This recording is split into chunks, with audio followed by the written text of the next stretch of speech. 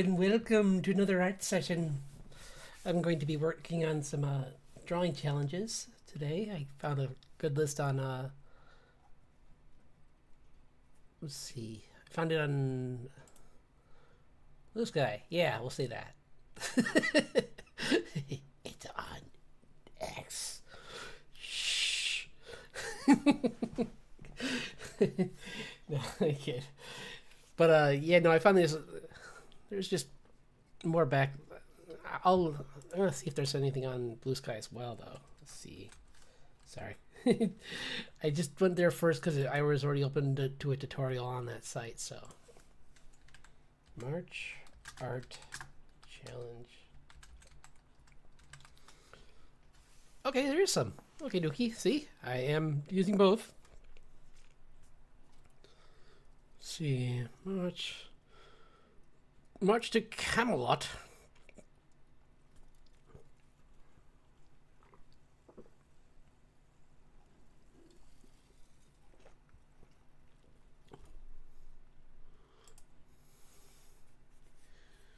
No. Let's see. Oh, here's the one I want. This was on here too. March of Dragons. That's what I'm gonna start with. It's under, yeah, just hashtag March of Dragons, hashtag March, and at Otis Frampton. Yeah. Okie dokie. One second.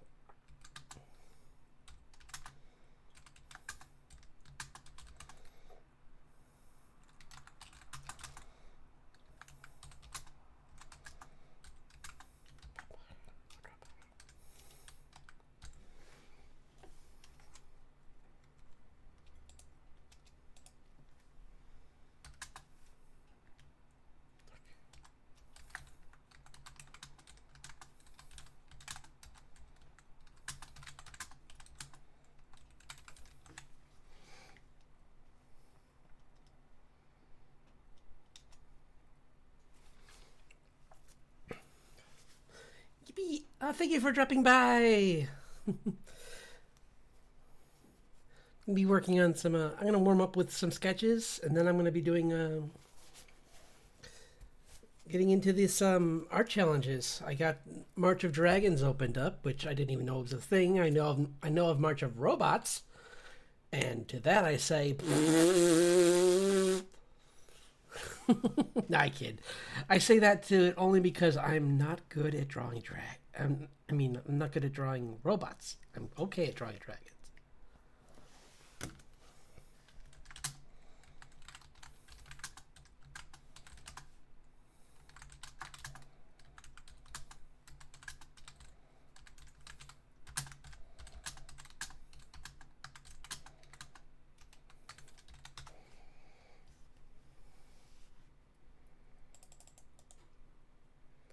Do do do do. Sorry, I'll have the music on in a second. There we go. Okie dokie.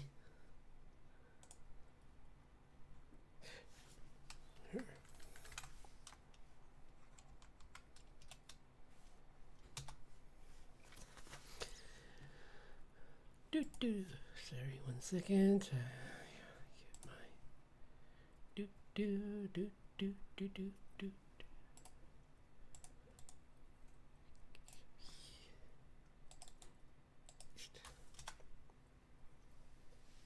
There we go.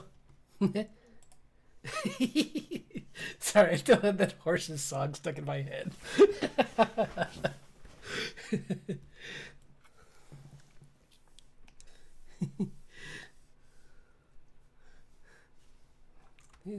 Love the horses.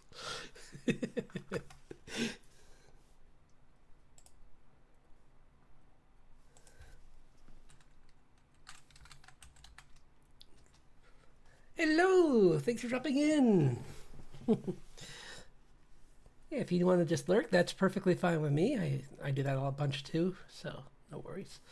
I'm just going to be doing some warm ups first, but I'm going to be doing some art challenges today. So this is just a character. This is just a figure I was drawing. I like to practice drawing clothing and everything, so oops, got to move this over. I use this program called PureRef. It's really great. It's like a widget that you have in it like can be always above the application you're in, so it's so nice. The only downside, which sometimes is a downside, is that you can't see it because it's right now because I don't have my window set to it. But the plus side is I can use whatever. That means that I don't have to worry about like using a reference, a pose or something, and worry about whether or not YouTube dislikes the image, because it just has to like my image. And that's fine by me. Let's get this.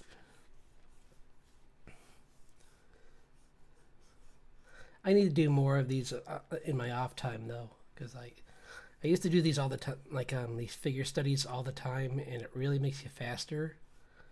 But I kind of fell out of it over this winter actually, because I was better about it earlier last year.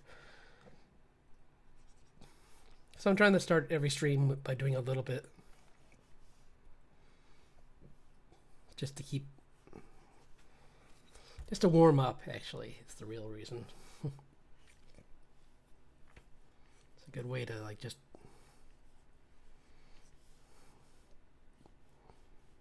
loosen up, especially after a long day. It's like you just want to doodle for a little bit, and then I start drawing after that. But it's a nice way to warm. Hello, thanks for dropping in. Hope you had a good day. It's really great to see you here.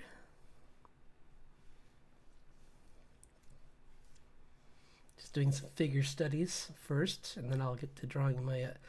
I'm going to be doing as the description says, I'm going to be doing some challenges today. Like I found some lists on, well, thankfully. I was worried I was going to be in trouble by the art community, because first I found them on Twitter, but I actually did find them also on Blue Sky. So don't at me, people.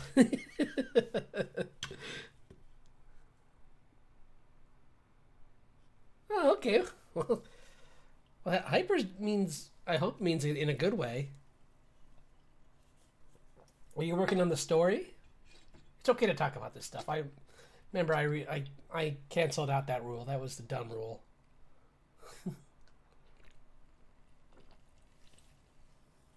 Obviously, don't break NDA, but where it's like, well, guess what happens to so and so in this episode? And it's like, no, shh. Quiet.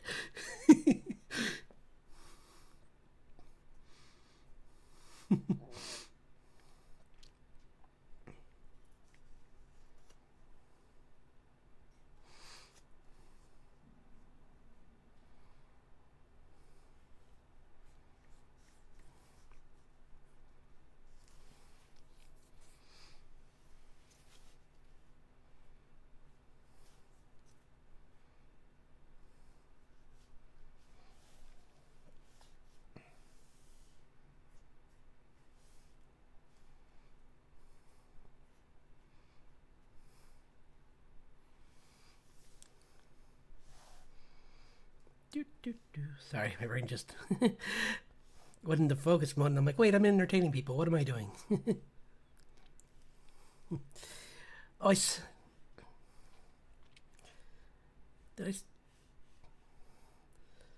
saw this one troubling bit of news where, let's see.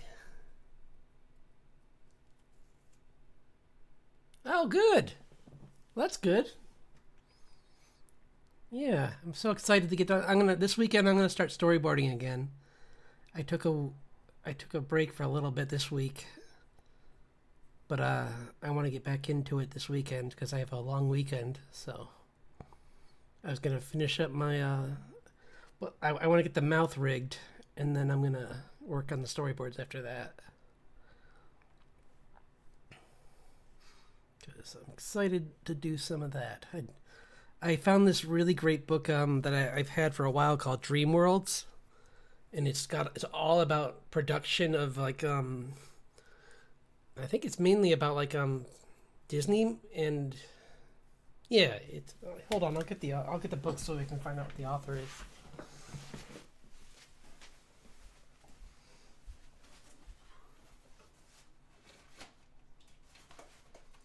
Yeah, here it is. This is like the even though the edges of the cover like the it's a little beat up, but it's probably one of the, let's see. I think it's yeah, it's called Dream Hans Bacher Dream Worlds Production Design for Animation. It's a really nice book. I got the hardbound. It's really just a great reference.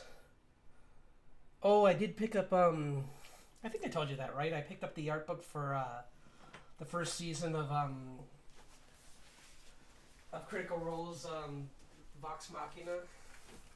I gotta look through this because there's probably some really great storyboards in here. Same with the Avatar books. Like I have book one for Avatar.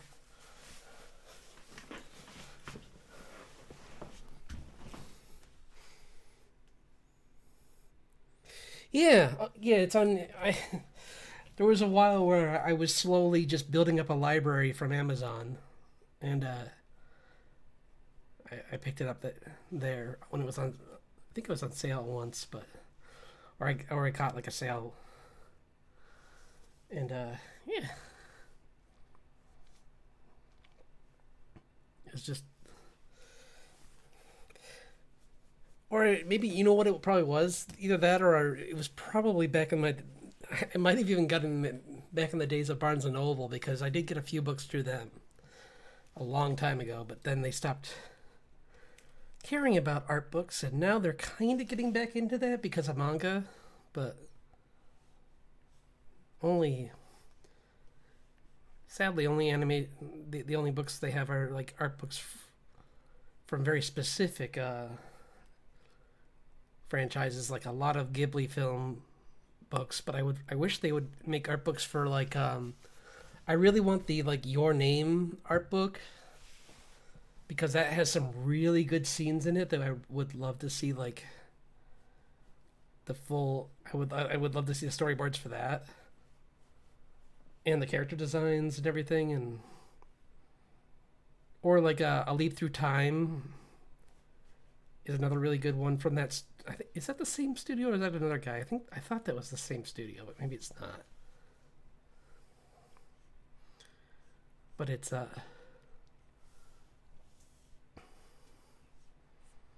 know why I'm putting so much effort into making the face look right. This is just a figure drawing, but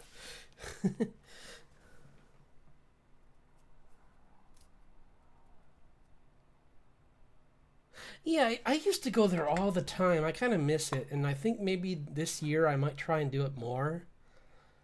Um, I got to get out of the habit of feeling guilty about not like buying a coffee there though, because that could start to drain me.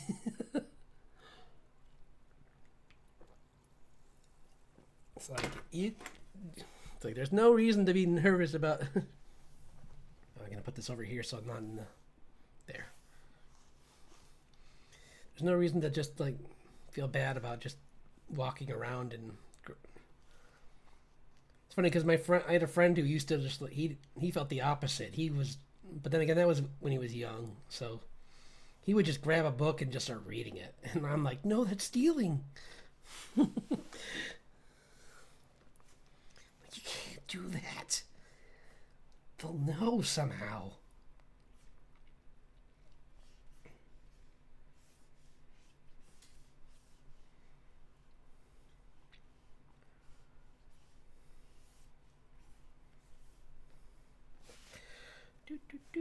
So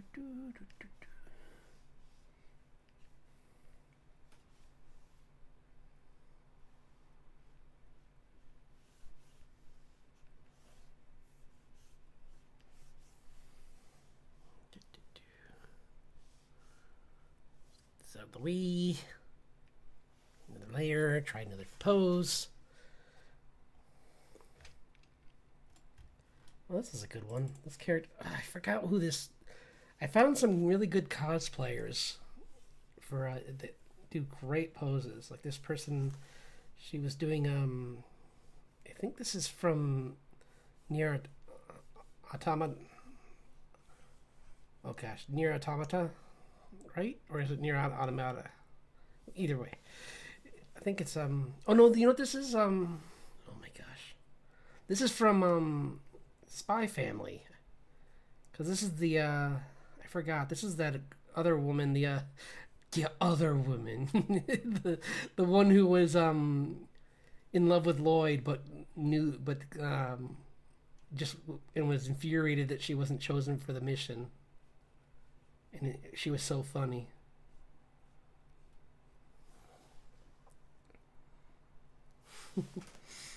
She had that shortcut hair with that was like I think it was supposed to be like a dyed white or something like that, or like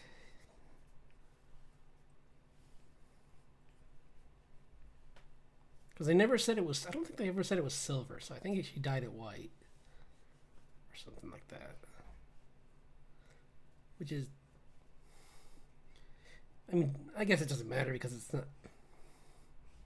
You think she would have made it like just a light blonde or something to make it so she doesn't stand out as much, but maybe there are people there that have that hair.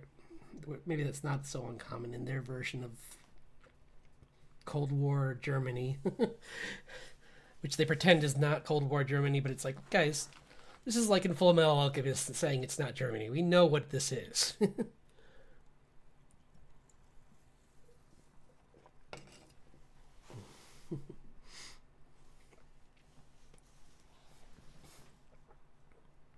Oh, you never watched Spy Family? Oh, it's so good. I highly recommend it if you have time. Oh, I'm going right now. I'm kind of going back through old shows I watched. Like I'm getting back into a show called Ancient Magus Bride because I really love like the main character in that. It's kind of sad at first, but by now it's much more chipper and much more like aloof and fun. Because it kind of started out she didn't value herself. Okay, you watched some of it, yeah. The first song is a banger. I love that song.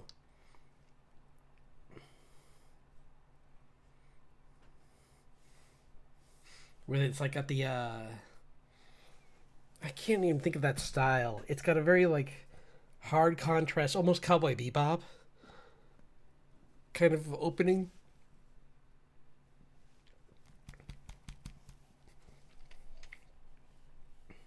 And then it kind of goes into this fun little kids cartoon afterwards. Like it bounces between like this really like sharp, like exciting, like cut out almost look to everything to like it's Anya's drawings kind of look to everything, which is so cute.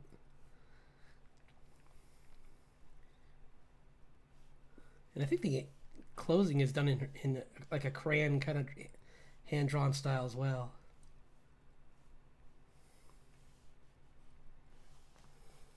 So yeah, it's pretty great.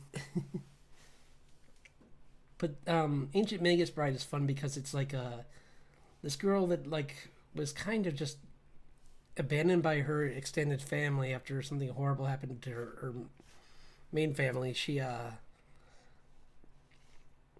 through kind of sad, and I won't go fully into it because it's pretty dark, but just through just sad reasons, she kind of just like basically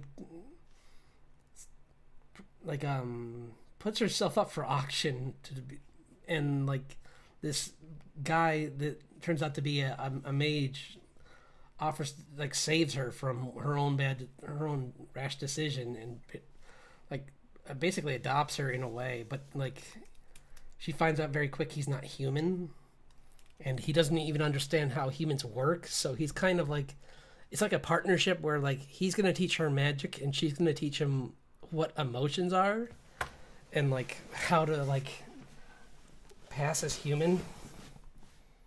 Because he looks like I would describe him as, he looks like a Leshy kind of, but normally what he looks like is he's got like that the skull, like the deer skull kind of with the horns, and but then he's like wearing like a very refined suit. And sometimes I say Leshy because sometimes when he gets agitated, like Bramble comes out of him, so he kind of like has that like almost like a Leshy kind of element in there. It's a good show. It's got really nice animation. It like I said, it starts out kind of dark, but I mean there's funny bits in it, and like she's an interesting character. The other characters that they show are really cool. They have like they even have a moment where like she meets Oberon and Titania, which that's her name. I'm not being YouTube. I'm not being gross. Look it up in books.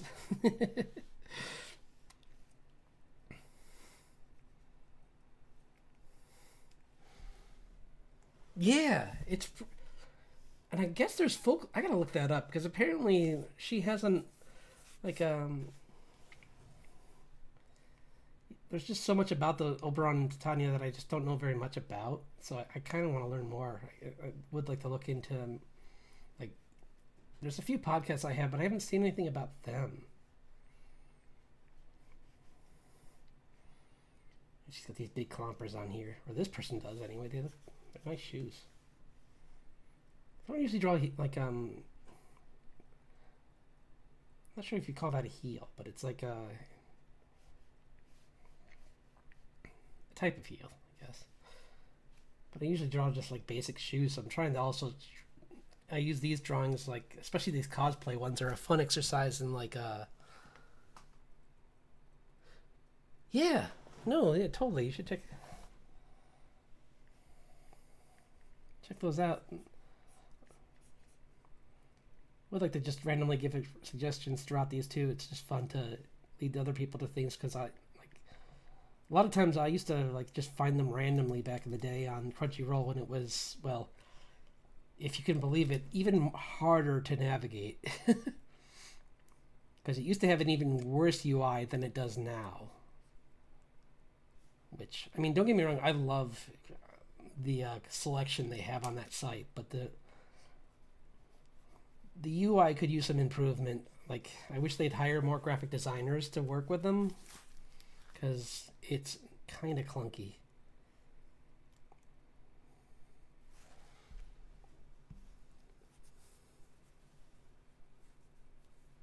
Yeah, I think I watched a bunch of stuff on there. Like, there's this one called Aaron the Beast Tamer. I watched that one on there. It's kind of a little somber and sad at the beginning, but it's about like a girl that restarts her life and essentially starts to raise these creatures that are like half wolf, half like I think hawk or something like that. They're pretty cool. They're all white. So, and then like it's about her trying to do that, and she gets hurt during it, and like severely injures or gets a hand hurt by one of the monsters. But then she realizes it's just a cornered beast that was lashing out because she accidentally brushed its fur too hard, and it got scared. So she makes it her mission to like try and get to understand these beasts more, so and like they can trust her more. And there's a side story about politics and blah blah blah. I don't care. It's got cute animals in it, and I was like, okay, cool. Like one army has like these giant monitor lizards that are like at least like 10 times or like 5 times bigger than a Komodo that people ride on. and the other army was going to use these like flying wolf hawk people things. So it was interesting.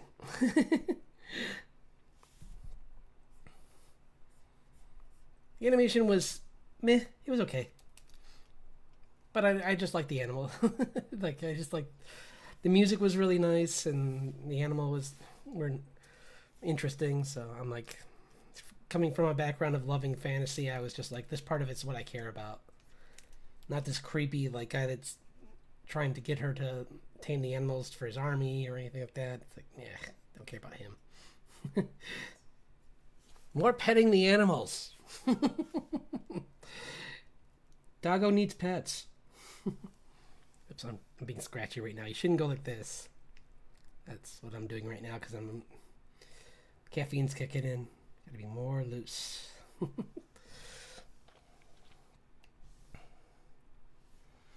Let's do one more and then I'll get to work on the challenges because there's a lot tonight. What should I do for my final? Oh, this is a good one. Well, nah, not that one. What about? Ooh, this would be cool. I'm gonna have who should I have doing this? A high kick. Maybe. You know what? I'm gonna have like Spike Spiegel. I'm gonna have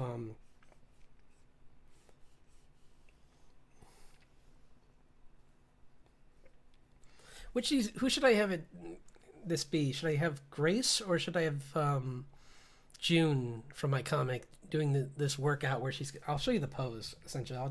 I'll draw out the stick figure of what I'm going to be drawing, and then I'll let you decide. She's kind of in like this like guarded pose, like this.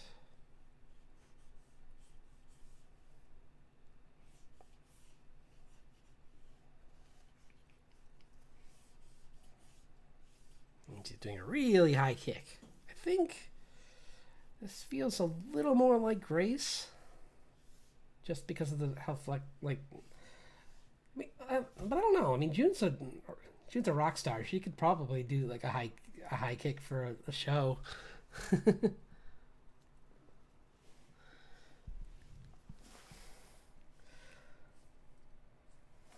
wish I had a coin around.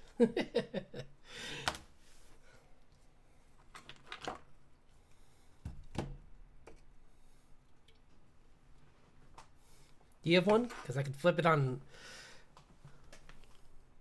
Grace. Okay, cool. Thanks. I just like I don't want to make the decision. I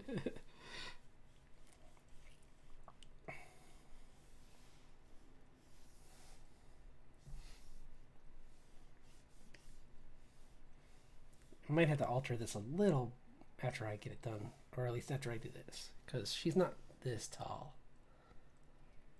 So, you know what? I have an idea. I'm gonna draw out the body, and then I'm gonna redraw over it, or redraw a separate one with what she would look like, because she's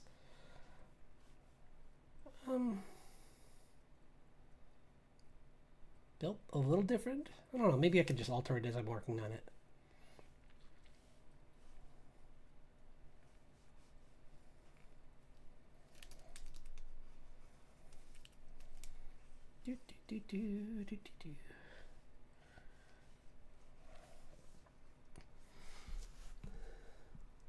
Thanks for the help though. I saw some weird news recent. Like I never know if I can trust like random bits of news on Facebook, but I did see this alarming bit that I should have checked the source. So maybe it's not true. I hope it's not true. But I mean, unless it's from the original story, I heard that they're making a live action version of Howl's Moving Castle, and I was like, this better be the English author's book, not the Miyazaki film, because like they deserve. First of all, they deserve the attention, and second of all, like don't touch one of my favorite movies. It's like It is sacred grounds you tread on.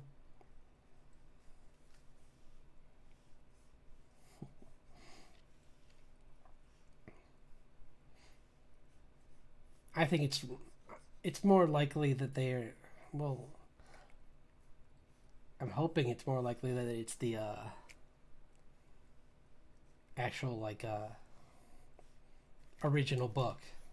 I forget the name of the author. It was an English author, but I think it's more likely it's that, because that would be easier. Especially depending on the studio. I can't remember if it was. I don't think it was Disney, but maybe I'm wrong. If it was Disney, I'm worried because they would probably just go straight for the thing that they own. Which I think. Although I don't know if they own the rights to that anymore, or if they own the. I think they own the distribution rights. They don't own. They don't have any right to mess with it.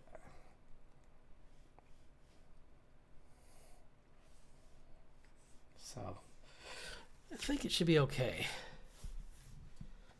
Because I mean, the story I'm fine with them retelling with like a different. If it's the book, kind of like how Beauty and the Beast, it'd be nice if they just went back to the original story, because we've seen every iteration of the. We've seen several versions of the Disney one, which are, and honestly, that's probably one of the better things that Disney's done as a live action. Because at least it had a point. There was a reason to tell it. Like it had some new. It had new ways to portray characters, which is always fun. Because if it's just a retelling, it's like, is it really needed then? It's like just. It's like, who doesn't want to? Who wouldn't rather just? You know what? I think I just had this back too far. This angled wrong, and that's why it's not working out. Yeah, I think that's what it was. It's like, why can't I get this leg to look like it's sitting on the ground? You know.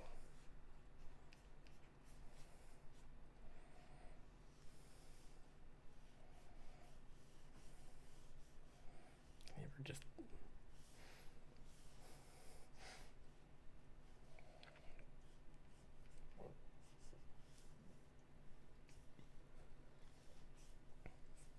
Oops. It's weird how sometimes it does that, where like the pen will just like forget that it was on the drawing pad, and partially it's my fault because sometimes I just turn away from the screen completely. But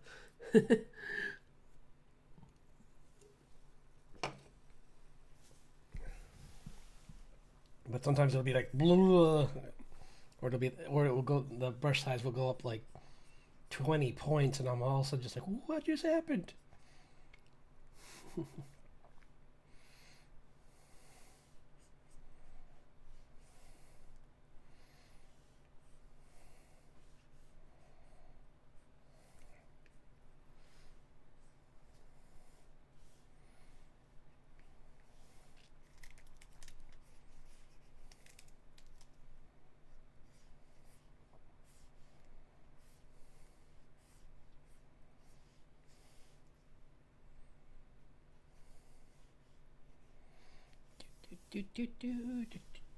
Oops. Oh my gosh, this entire time, I'm so sorry. I forgot to put the music on. I'm like, why am I like humming to myself and stuff? It's like, right, because there's no music.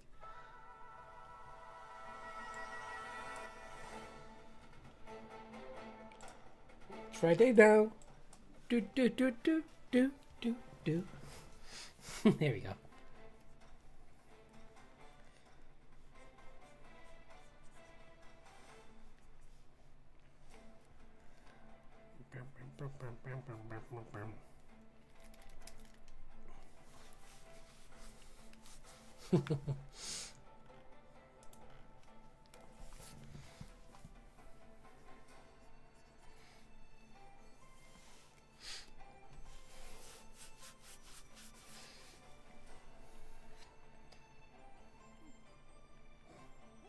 But outside of working on the VTuber model, I found this streamer who where that I watch sometimes now, where he's been sometimes he games, but like more recently he was drawing with other storyboard artists or people that are come from a viz dev background, and they were like redrawing scenes from movies. Like they would like pause it and then turn that one shot into a storyboard, which was really interesting and was really good. Like I mean, really useful educational resource, kind of like he's showing how they how they think. Yeah. So that was fun.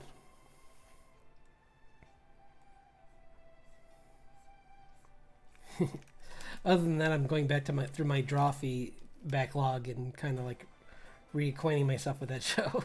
I mean, with those guys, their channel, because I feel like I haven't done art challenges in a while, and they're really good at those. Just like random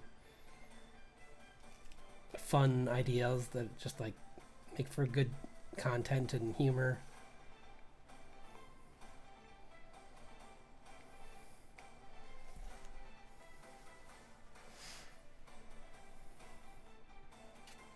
This is very loose and sketchy, but that's just because this is just practice. But it's usually how I start sketches anyway. I'm always like pretty rough to start.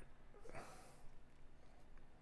don't know why I'm drawing the model's boots, because she wouldn't wear those. She'd wear more like something like this. Something with a tread on the bottom, but more durable and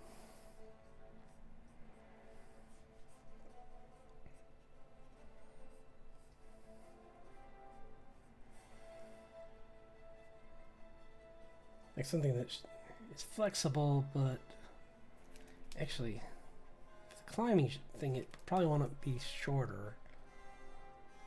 And maybe she has something covering on the side, like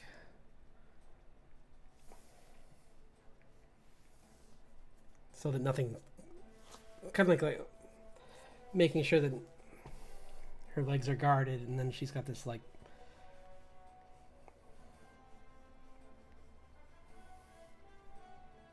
whoops, that leg is very long. I can fix that. I just realized that's one useful thing for when I was doing that. I was kind of like drawing her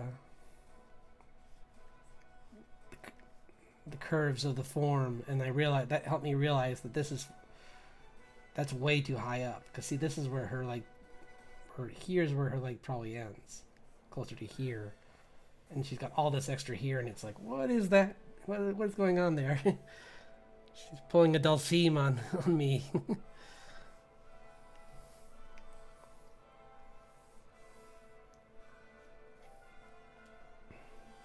So I'll cheat and go beep beep beep beep beep.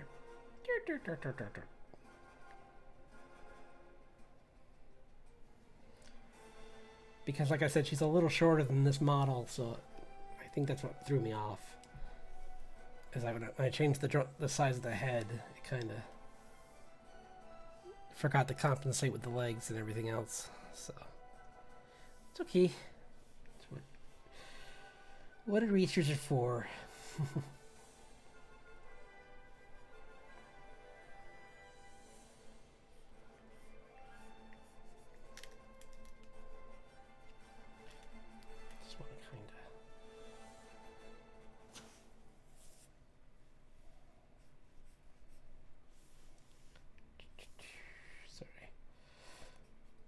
Been taking so long on this one, but it's probably because I just like this character, like all these characters so much. I don't want to rough them out too. I want to be more accurate with them than I would if it was just a random one. So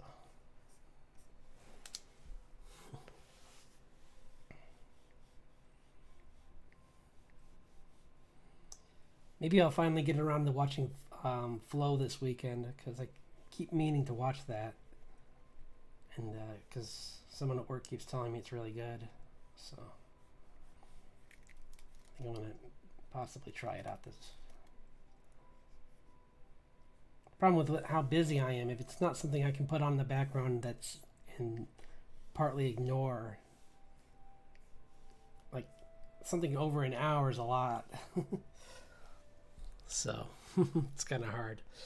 That's good enough for now. I can come back to this, but I was gonna start a new doc image. Whoops, what am I doing? I didn't mean to do that. I don't know what I did.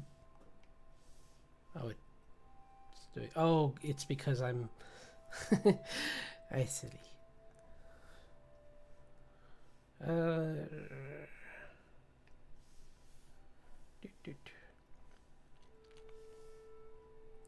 And I usually start out with this color for anyone new to the channel because it's better for it feels better on my eyes to start with a gray instead of a white.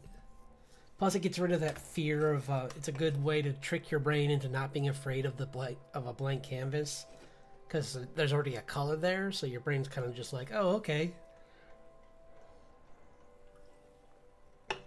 One hurdle crossed. So, let's see what we got. Okay, there's the I'm gonna be doing the drawing challenges today. There's let's see, it's called March of Otis Frampton is doing this one called March of Dragons. There's what?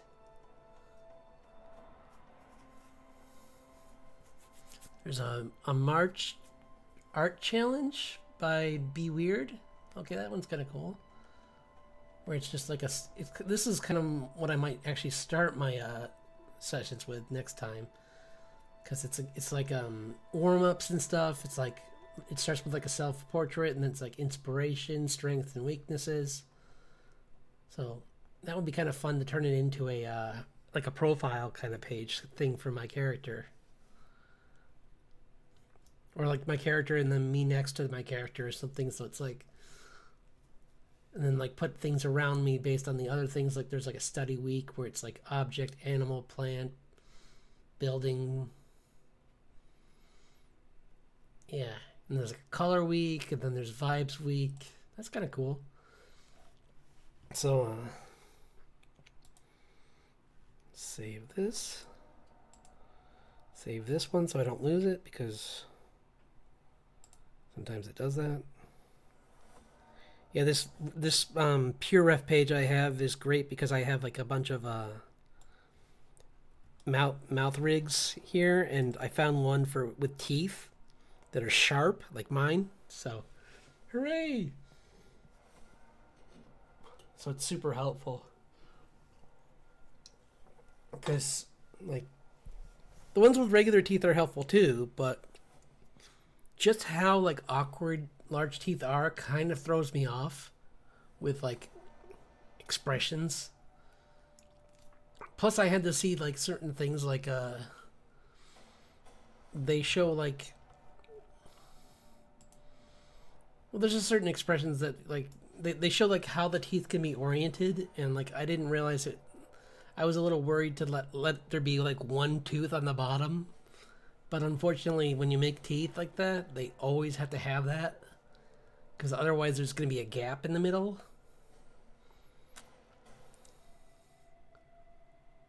What is this? Oh, that's a interesting D. Grayman inspired art challenge.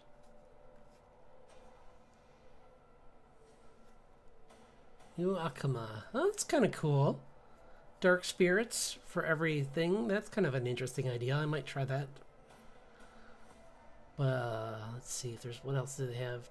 March into landscapes. Might be fun to mix that with something. Like dragons. Sorry, I'm just like looking at a few different challenges before I decide. But I'm probably going to start with that dragon one. Let's see, what's this one? Oh, that's an Octopath Traveler. I didn't play that game, so no thanks. I mean, I hear it's good. And it looks nice, but I just haven't had a chance to play it. I have so many games that I haven't had a chance to even touch. Ooh, Mutation March sounds kind of cool. especially with my series of like where's the list though?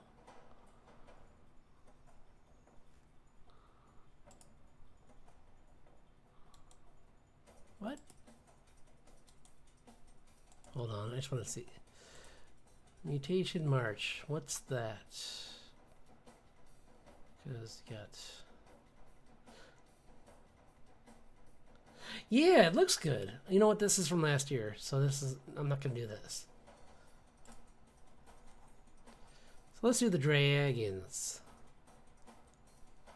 Do the dragon. Oh, here's one mutation. Oh, this is botanical plants. Interesting. I might. Okay. That's right. I was gonna make 1 sec. Save. Okay. And just what I like to do is I just grab all the lists and I just drag them into a into PureRef, and then I just draw them. That's 2024. I just that way I have like a whole collection of lists, so it's really helpful.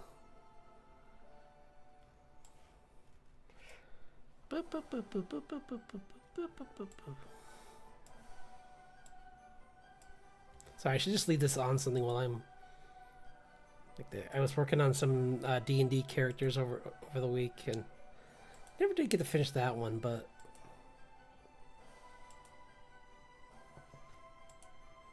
yeah, that's something that I like parts of it, but I think it was kind of rough.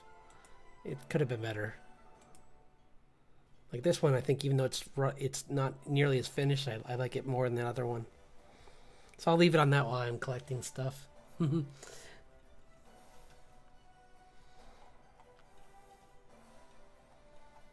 see, March. Here's my dragons.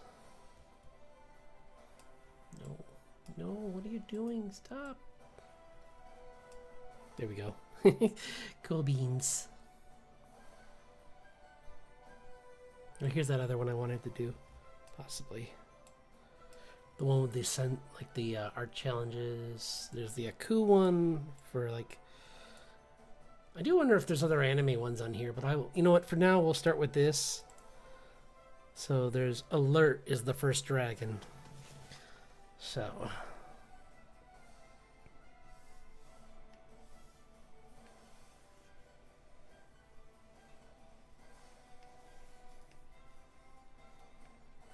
You know, I'm going to look at different animals, actually, too, for some reference.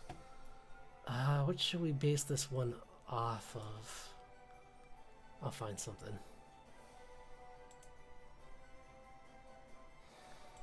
I'm thinking of some fun, like, different mammals to use, too.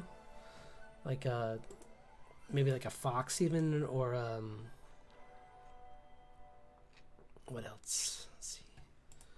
Or maybe a mink.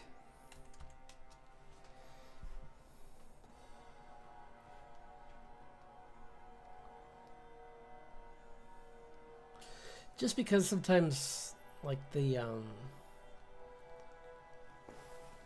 might be kind of fun to just, like, not do the typical. I try and avoid the typical, like, just straightforward lizard, because that's not fun. I mean, it can be sometimes if you do it right, but usually the lizard ones, when you're doing them that way, are mainly more for evil dragons. Ooh, these are some good horns. I want to save these. I found this, I think it's a type of elk. It's got these, like, spiral horns, so I'm going to definitely get those for reference. Yeah, there was this one anime called Burn the Witch back in the day, and it kind of, it was like this modern fantasy about, like,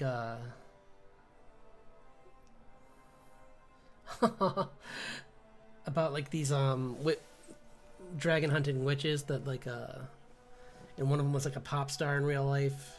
but it didn't. It was just more about her being more interested in obviously the other world, which is the fantasy world. So,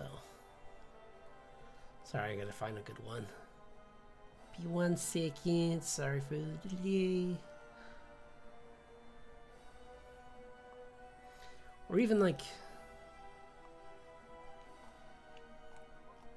no, it can't be that crazy. I mean, it could, but like I think just like minks and like ferrets and stuff have that really nice, like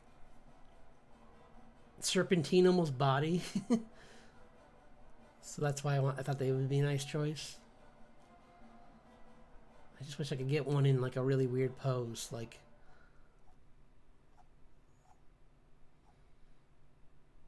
Hey, there's a few here, I guess, but they're always. Maybe something like this.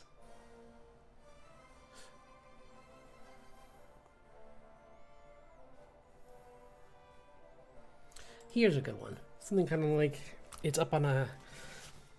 Maybe it's kind of like it's kind of haunched almost, like it's like.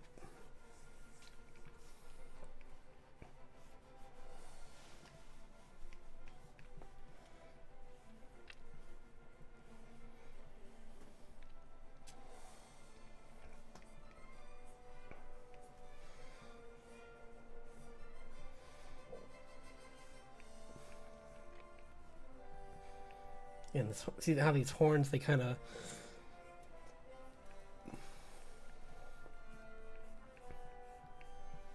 do these cool like spiral, like corkscrew kind of shape to them. And then I was gonna make like just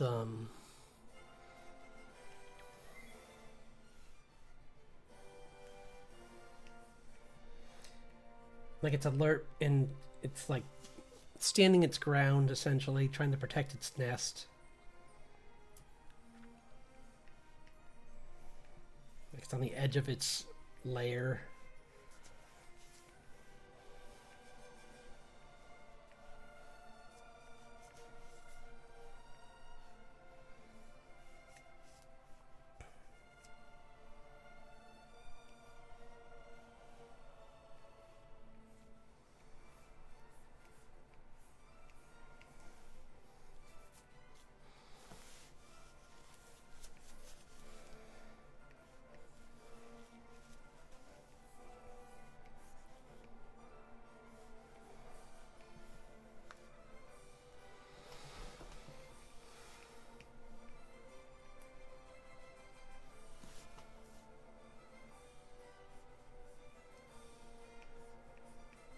Dun, dun, dun, dun, dun, dun, dun, dun, dun. Let's see, got your legs here.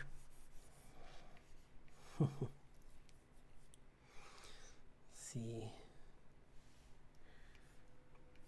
I'm like huge. I'm like transforming it a little bit too, because obviously it's a mammal, so it's not going to have the same exact legs, but they're going to be similar. So I can just have a little fun.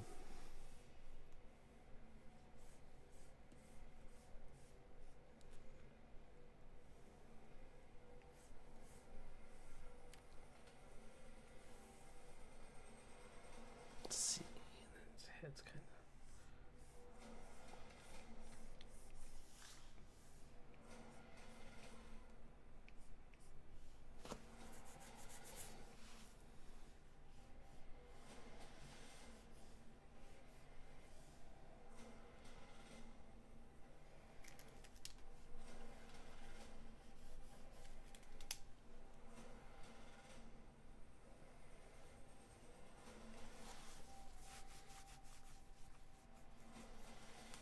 A little too far forward.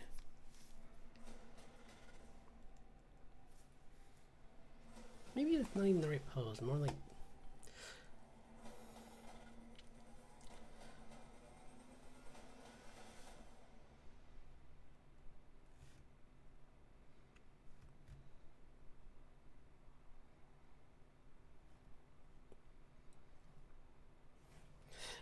I'll try a few different poses because I found a few other ones that might be good too. But yeah, there's a couple here that are nice and like are better designs. But let's try this one first. And if it doesn't work, I can always switch to a different one. But it's always good to just play around and find what works.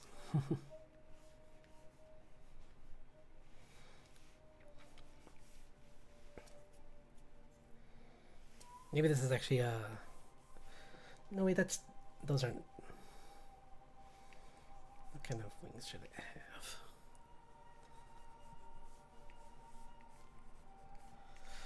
Give it like a mix where they're still like bat-like, but they have like more sections to them.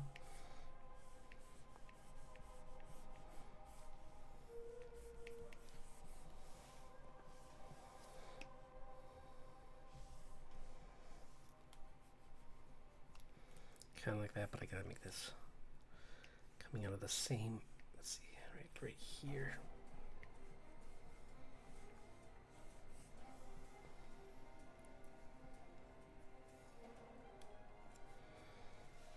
I'll adjust the horn's length when I get it further along, but for now it's fine.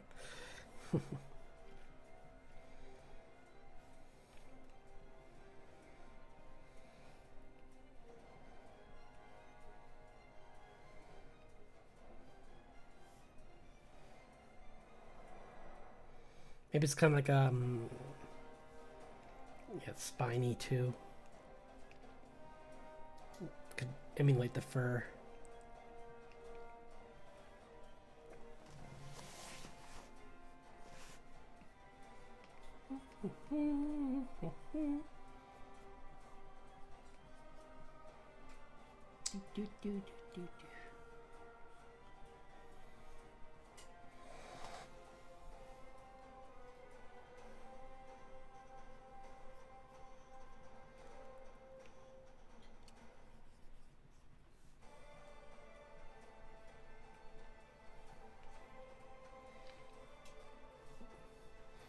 Kind of want to try some different shapes for the eyes because it's always feels more natural to do the evil like big eye, but these are animals. I mean, these are fantasy creatures, so I kind of want to give them more animalistic kind of looks to their faces.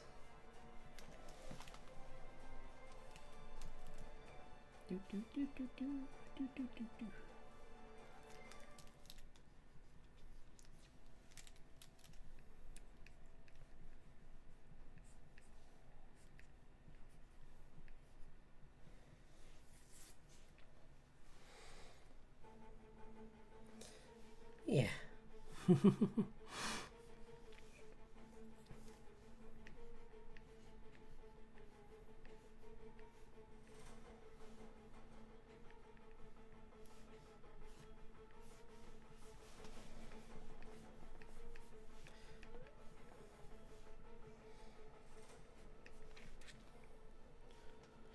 With all the Monster Hunter stuff on, I think that kind of is what pushed me into doing dragons, actually. I was going to say I almost did like Monster Hunter beasts in general, but I thought this is close enough for now. Maybe on Monday I'll do or maybe tomorrow night I might do since that's a bigger thing on Twitch, I might do it there.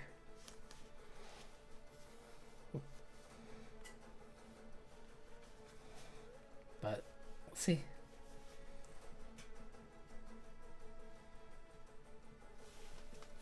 Yeah, it's got these like extended out like scales that are sharp, so it can like guard itself.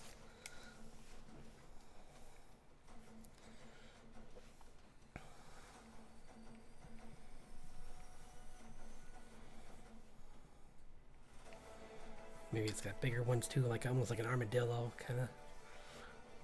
I definitely have to make one that's mostly like that, like kind of like a Sandslash kind of dragon. Because he's one of my favorite Pokemon. Little cutie patootie.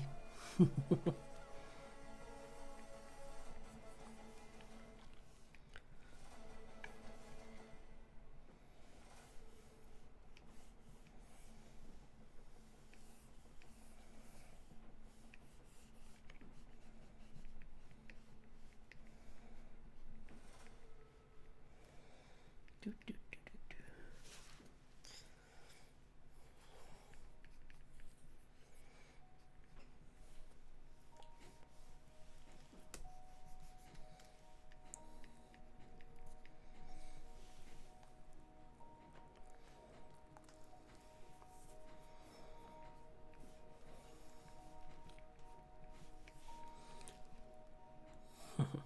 I'll be right back. I just want to get some water. Could use some.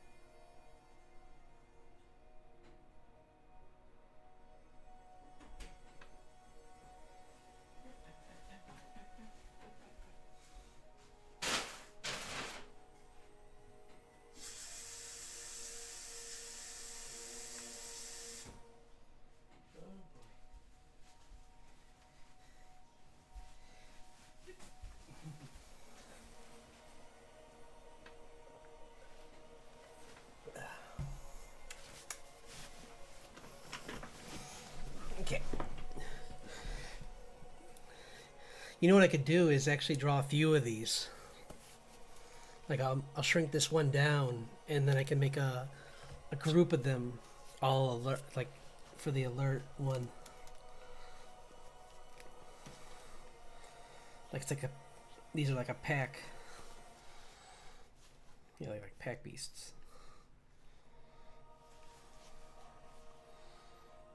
Except its tail's not up like that in the drawing. It's more like down like this, like kind of just got its body arced.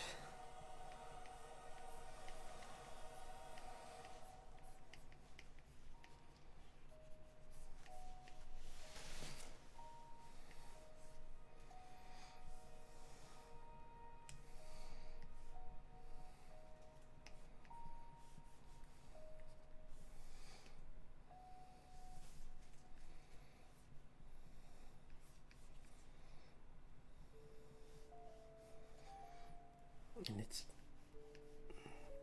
since it's like it's arching like this, I'm going to put it down like this more.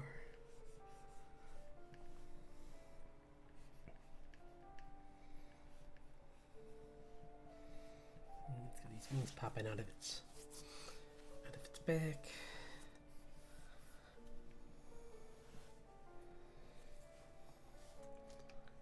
But they're also like some kind of like layered skin, kind of more like for gliding.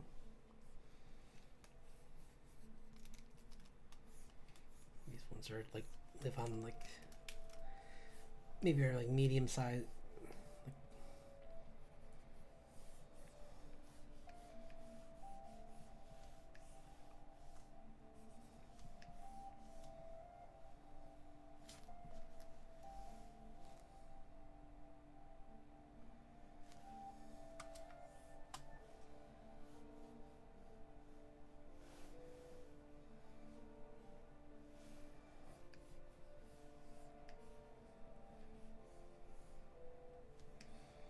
Kind of giving it a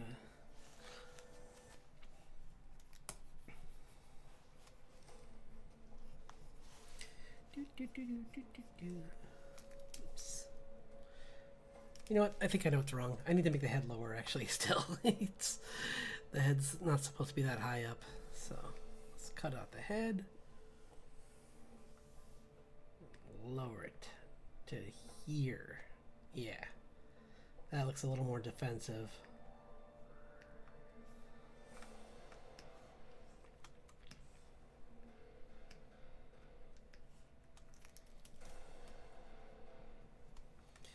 Much better.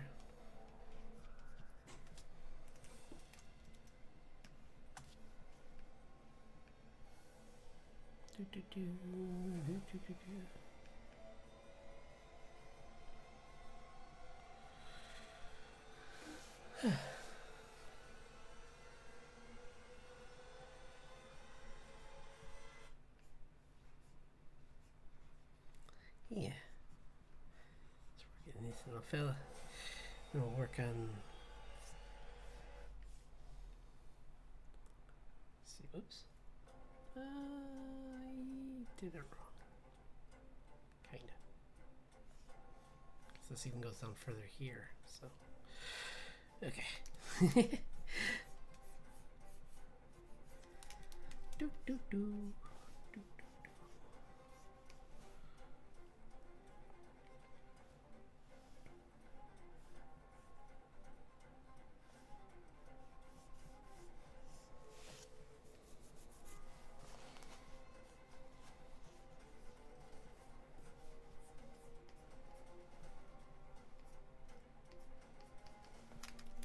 Make these claws a little smaller because this isn't a big beast. This is a smaller, more agile dragon.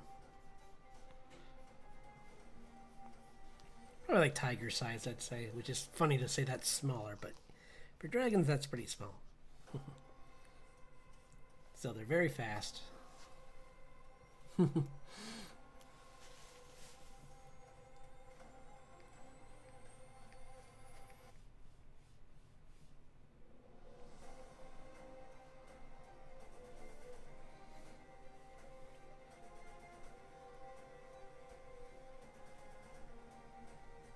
I don't know if they have an element. I'll have to think about that.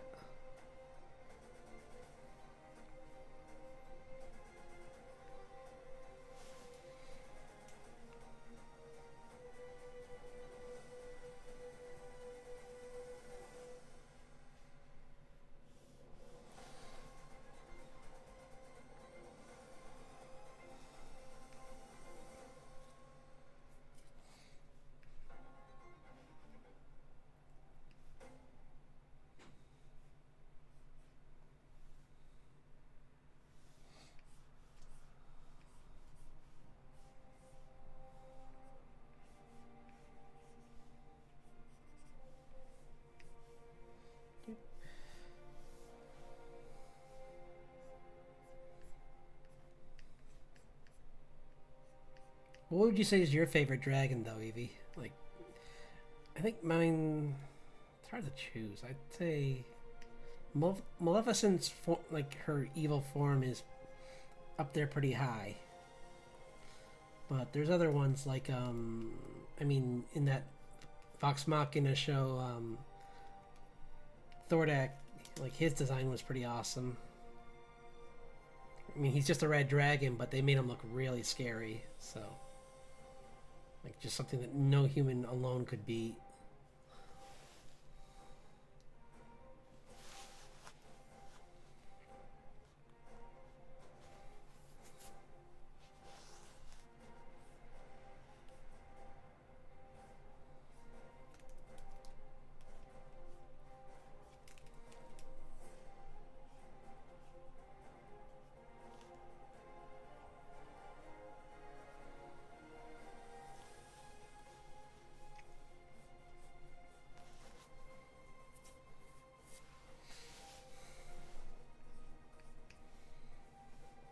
I might make these horns smaller, actually.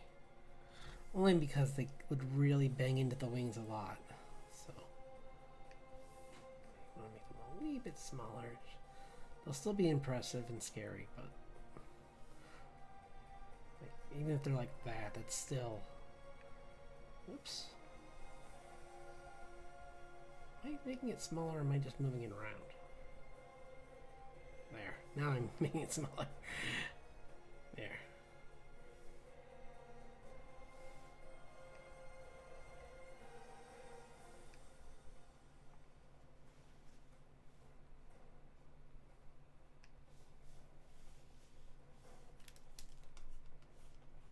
I can just erase this one. No, it didn't take. It wasn't worth the time right there.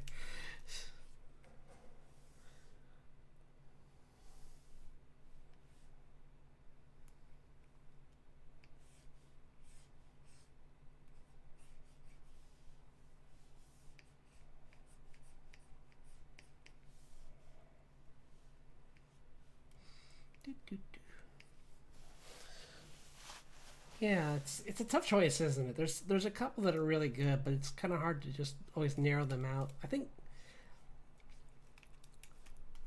it's funny because when I first saw Page Master, I thought the dragon in that was pretty cool, but looking back, I'm like, it was okay. It was good. It wasn't. I wouldn't say it's bad. It just wasn't as good as I remember.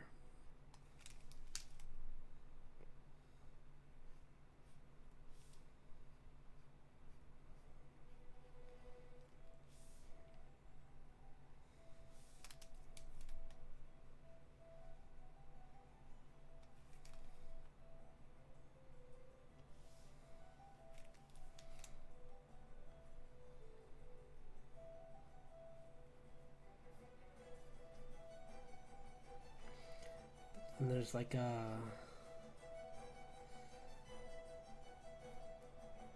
I'll give Neverending Story points for originality though, because like that with Falcor, that was making it look more like a dog was kind of was a cool idea.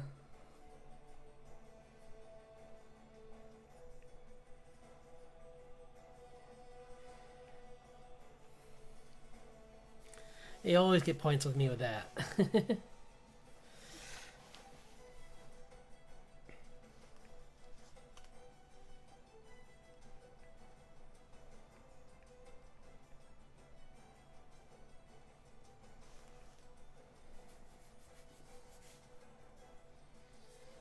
Trying to think of.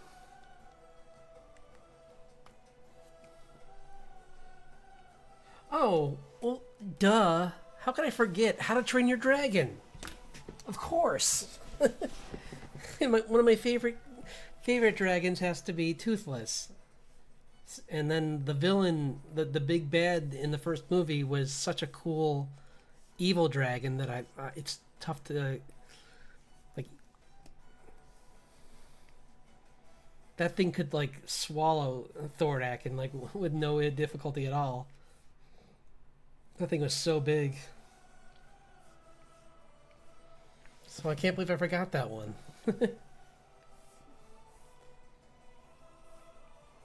I really like, honestly, like, I could never get into the TV show. I'm sure it's good once you get into it, but I think I just did not. I didn't give it the time it deserved, essentially. But the third movie, I thought I was a little worried about at first. I mean, the final movie, and then I saw like where it was going, and I really was glad I stuck through the movie because it had such a good end.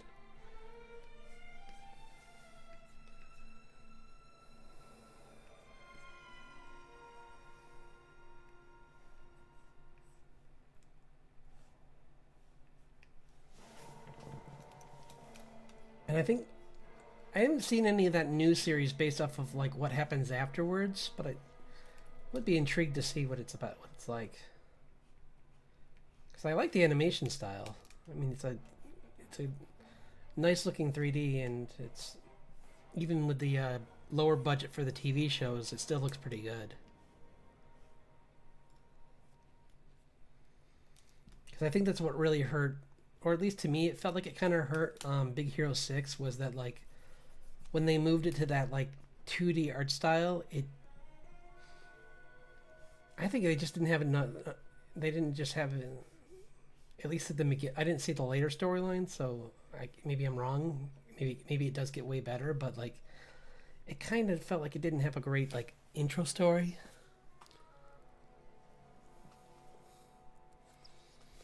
Like I'm sure it could if I given it more time, it might have been better. But like honestly, I didn't have to give Tangled too much time, and like I really liked how Tangled started up. It was had it from the very first episode. You were just curious to see like what they were gonna do with these characters because her hair is just like suddenly back, and they're like, "What's going on with your? Why is your hair back?" And everyone's like, all this other crazy stuff was happening at the time, and she's trying to figure out if she's ready to be a queen and all that, or in training for that. And it was good. Her hair was a bit like Spider-Man-ish though, but otherwise it was really like it was kind of funny that she's just like, I'm gonna jump around with this. And I'm like, I don't know if I would trust the tensile strength of my hair, but you do you. Although they did like show that it was nearly unbreakable. So she's got kind of like the hair of that in Freerun. There's a mage that has hair that she can control with magic, and I think Rapunzel should take lessons from her. And maybe like she should take lessons from Rapunzel on maintaining her hair, because despite having like that crazy hair, she's able to like fashion it up into these really nice designs where it's like very clean looking at times. Which, considering she's dragging it through the grass most of the time, is so impressive.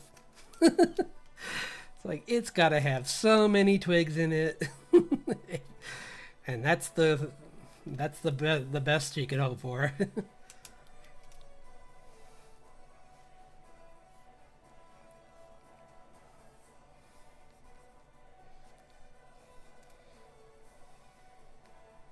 It's like, what's in my hair today? Okay, twig, twig, dead mouse, twig, twig, bird, squirrels. It's like, oh boy.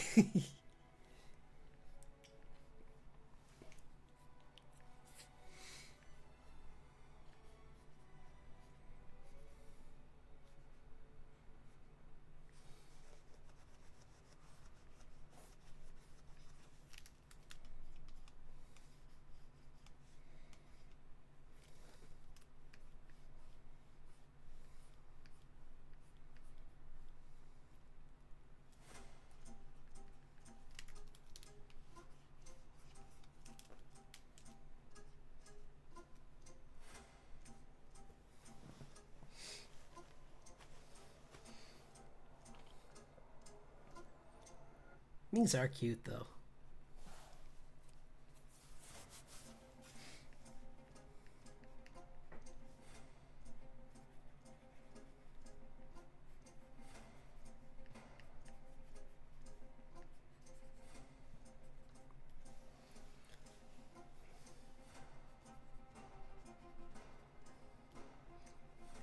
It's fun basing them off of.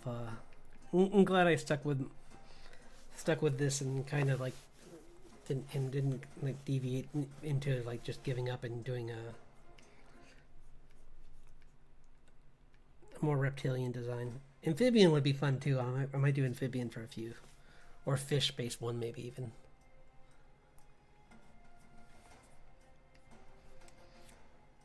Hippo might be really good for like an earth-based one. Actually, I think like that would be pretty cool because they're like colossal beasts. So that'd be perfect for a dragon.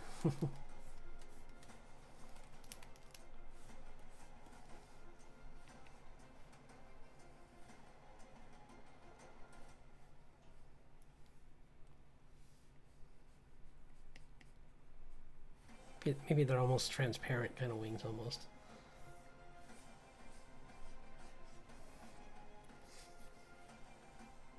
Or they're just like bat wings almost. So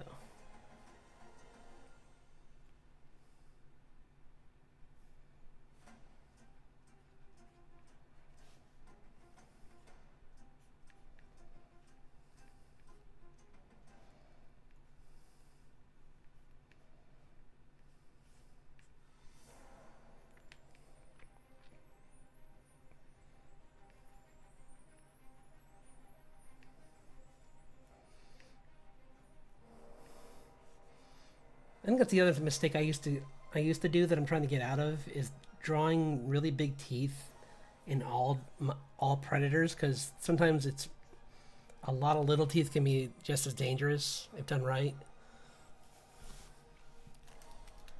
So I mean, look at canines in general. Like they have plenty of smaller teeth that just do a lot of damage. Or like and then there's certain other creatures that have even smaller ones that are equally dangerous.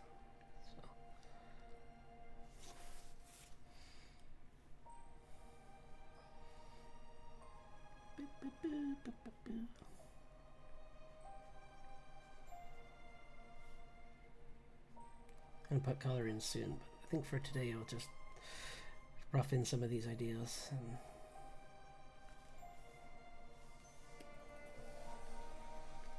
Maybe it's got like its nesting area right behind it, kind of like you're just seeing like its roost. Like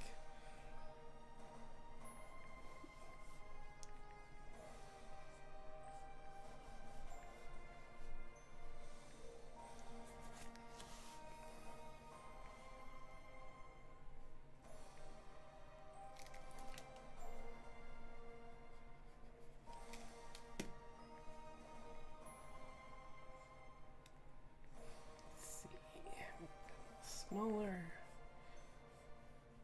to make it more.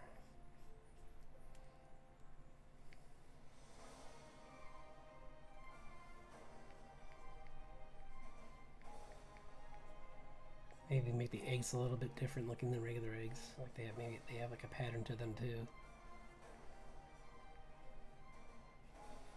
A little bit of protection on them in case.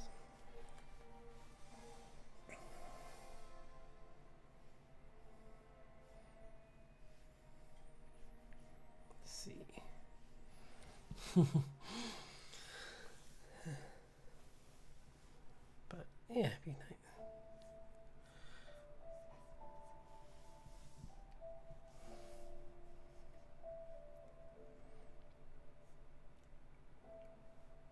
But yeah, the How You Train Your Dragon art book would be another good one to look at, especially because I'm trying to, like, sometime in the future make a bestiary for my comic. But so like looking at that would be really helpful for that.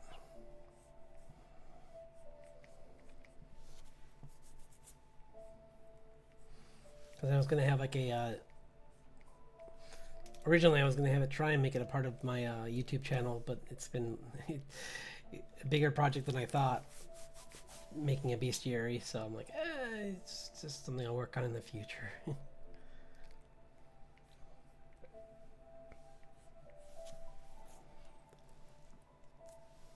So, got these.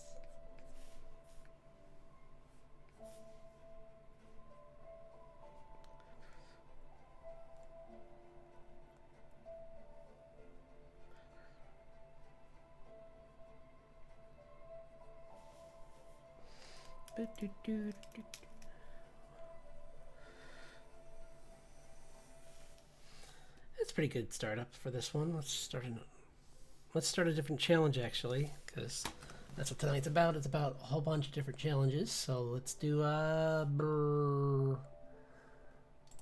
we could do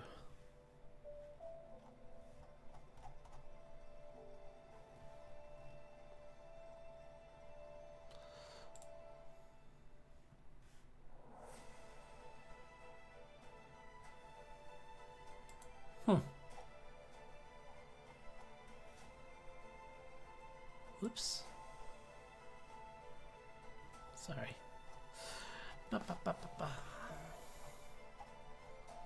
Finding some other art challenges. Let's see. Tricky thing is, well, wait, I can probably make this easier if I just do 20, 25. There we go.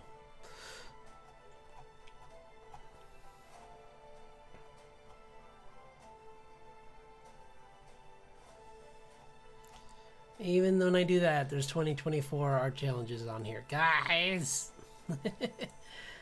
Why?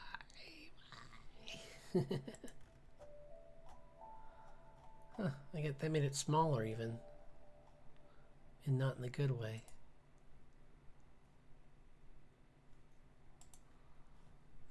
We go back. Oh yeah, I did that already.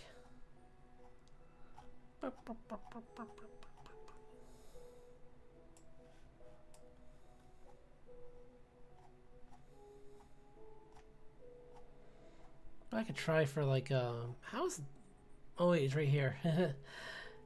That's last year's. That's 2 years ago. Oh no.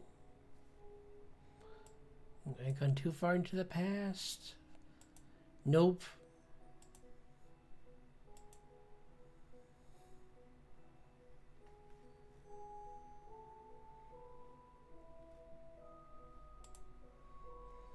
What's this? Oh, that's one summary. Okay, that's cool.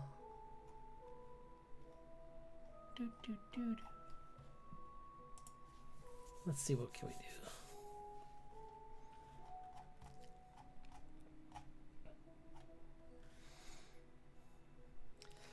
I mean, there's either... It's been so long since I've seen D. Gray Man, though. It would be fun, but I kind of want to do a little research into their design style before pulling from it. Like, I used to like that show a lot, but I only watched like the first season, I think. I think he was kind of the inspiration for well, I mean, he's one of the inspirations for like a character with a big arm kind of thing going on. Because I think so. Maybe it just was seeded in my mind there, kind of, from that, and then other things kind of made it more. Is this? Nope. Whoops.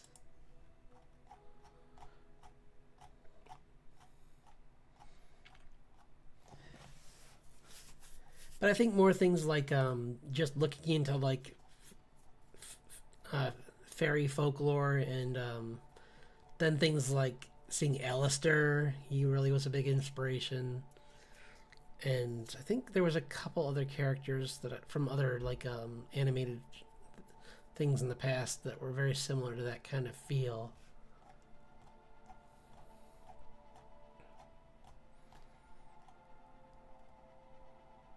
Oh yeah, the mutation, we could try that. Cephalopod based plant. Interesting. Okay, I'm gonna try that out.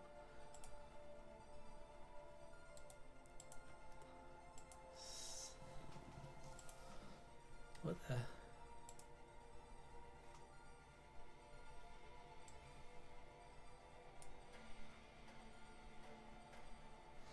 Okay. Cephalopod.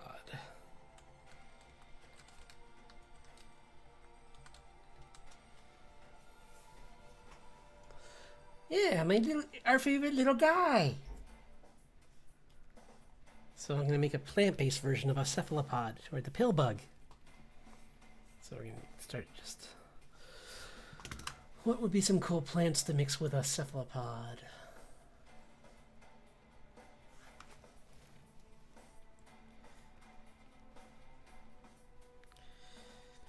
Either like...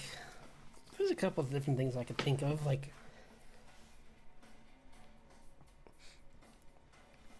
Maybe like a little bit rounder one, like, or not rounder, but just like a more squat one that's got little quills and can disguise itself as a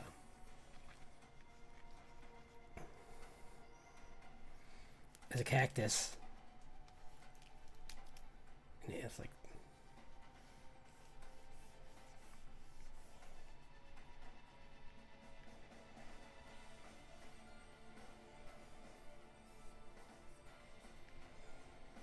instead of bug legs, it has little roots that it moves around with.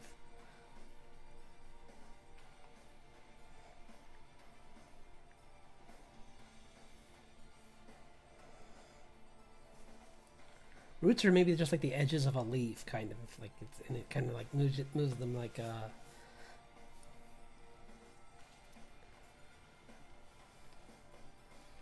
it's a more sentient plant creature.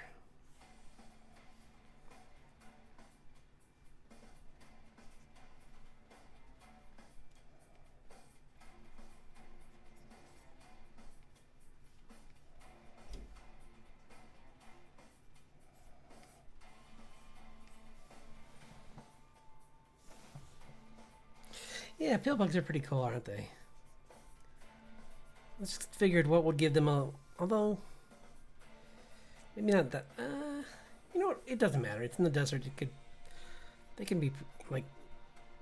Maybe they break off and can reform or something. It's like not pretty easily, so it doesn't matter.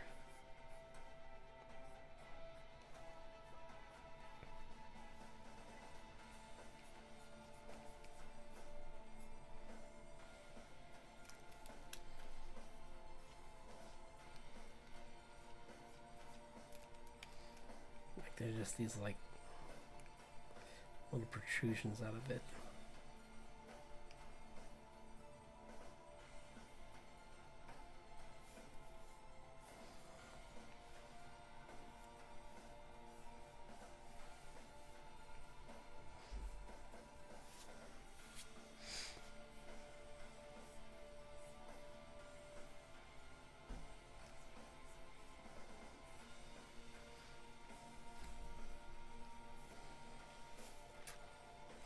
I could always do a couple different versions of this guy too, just for fun. Like play with different plants.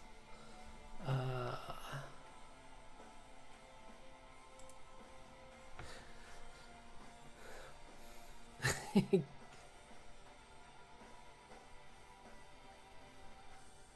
woodlouse. Interesting. That's another one I didn't...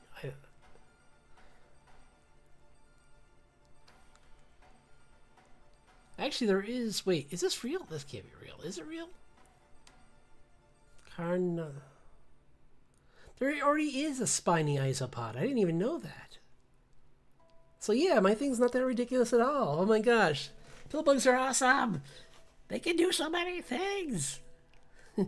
There already is one that's basically just like a walking suit of armor. So I'm just going to go as crazy as this thing is, but I'm going to make it quills instead of... Let's look up a cactus just so I make sure I get the texture right.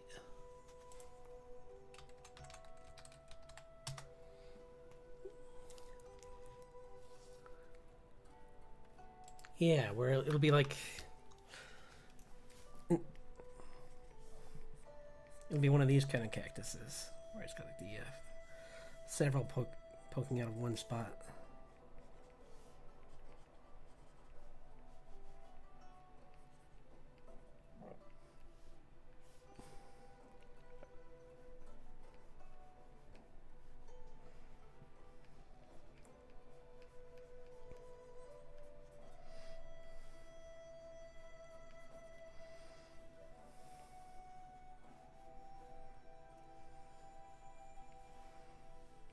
Do.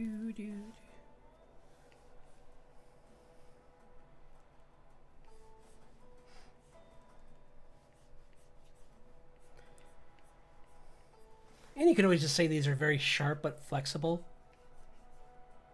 So it could just stick and then like, but it could still roll into a ball and safely protect itself.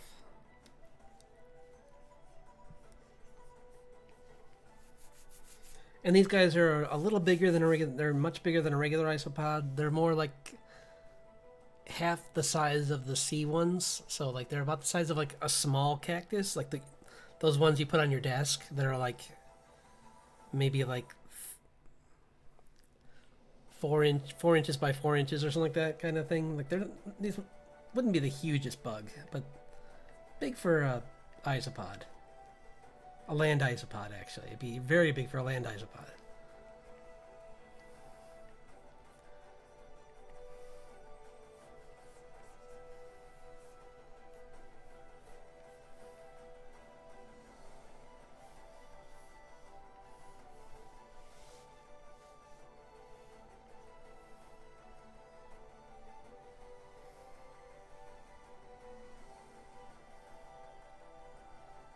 And like the armored ones, it has kind of ridges.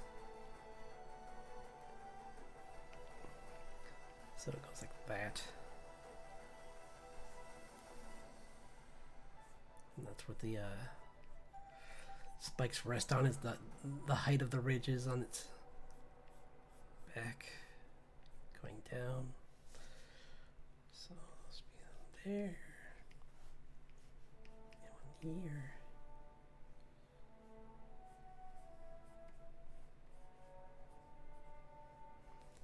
Yeah, they are such cool animals. Like, insects just have this really crazy, like just. No, well, this isn't an insect. Why do I keep saying that? It's not a bug.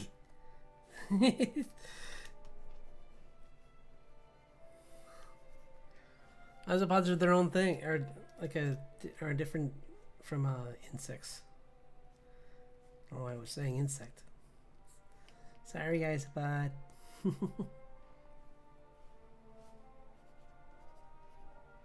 Because I mean, they're like sea and land. They're aquatic creatures, and apparently the ones on land have like almost amphibious lungs, kind of, from what I've heard.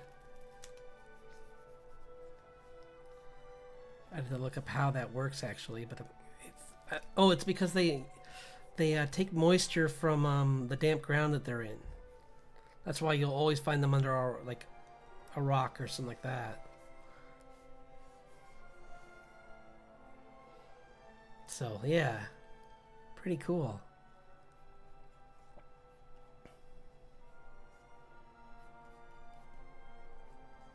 It's got these little like grippers for scooping up slightly, probably its diet would have to be like, it would have to have like a slightly bigger teeth just because it's got to eat plants. So it's got this little nibbling mouth for eating plants that are, so it's like an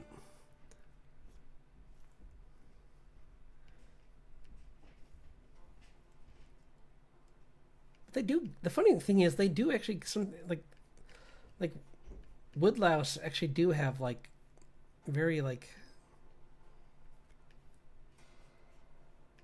loose loose legs like this, like more like I'm trying to think of the word, just like viney kind of legs, like they're like, so saying that they would be like this, maybe sometimes they even just like curl into a ball and like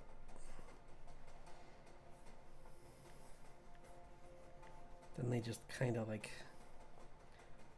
become this just like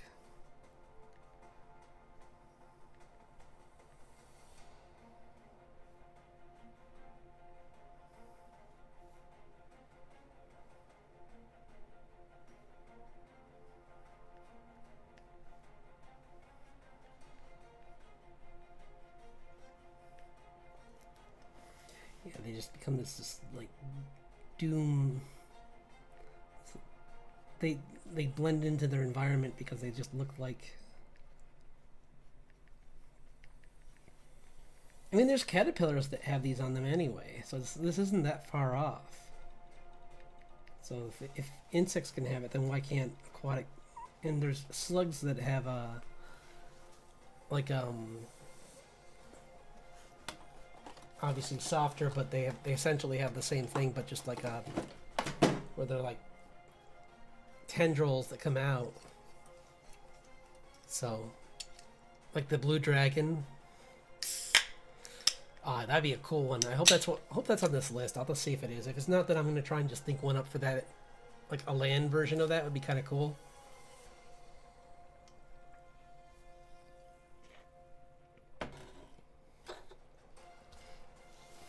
Because that's a pretty powerful little guy. Like they just eat Man of War just to get their powers.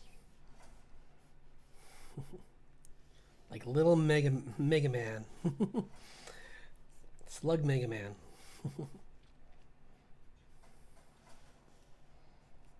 You've acquired poison. Now you're going to... And the crazy thing about them too is that not only do they take the venom from Man of War, they make it stronger, which is like even scarier. Is like they're like, oh, but I'm not done yet. Like I got this great new weapon, and guess what? I can make it better.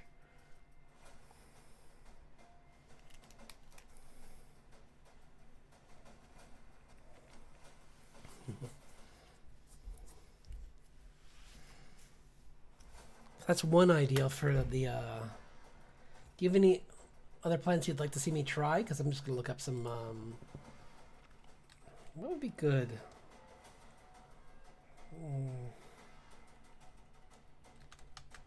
Is this gonna work? I wonder. Defensive plants? I don't know. I guess that kind of works. There's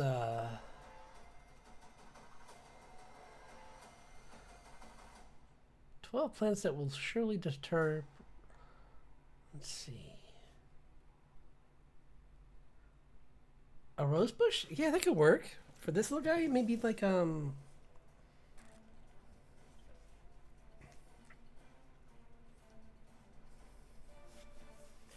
maybe there's one that has like a prettier version that has like the rose petals kind of has like.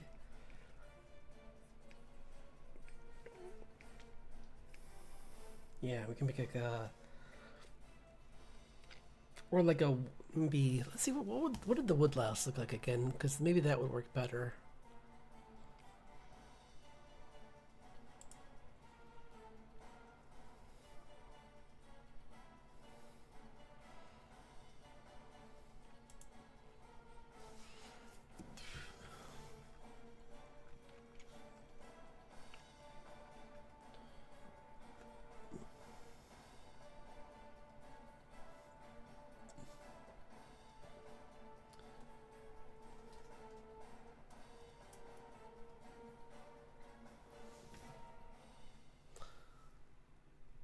Let's see. Yeah, woodlouse look different. So that's. But what else is there? Oh, so many legs on so many things. I don't know how to feel because I like centipedes, but I don't like a lot of centipedes. Let's see.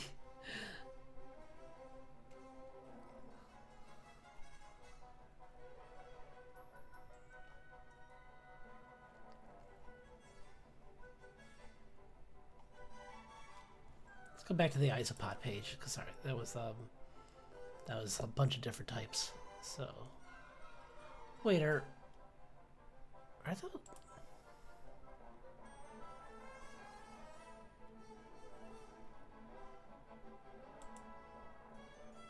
Those are isopods, are they? Sorry, I'm getting a whole bunch of just random insects with them, which is confusing me. I'm gonna look at the giant isopod just for some separate.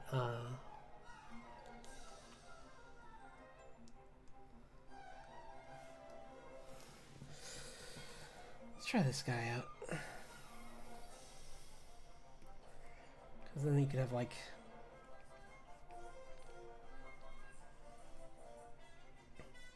The tail could kind of look like the petals of you know how like, they have that back fin. I'll draw it from an angle so it's easier to see. But they have like a propulsion system where it's like they move through the water. They almost have like a fin on the back. But I was going to turn it into, or I could actually just make a land-based version of them. But since it's like more fairy based, it'll have like a flower kind of design to its protection. Maybe these petals are like let off an aroma actually that scares away other creatures.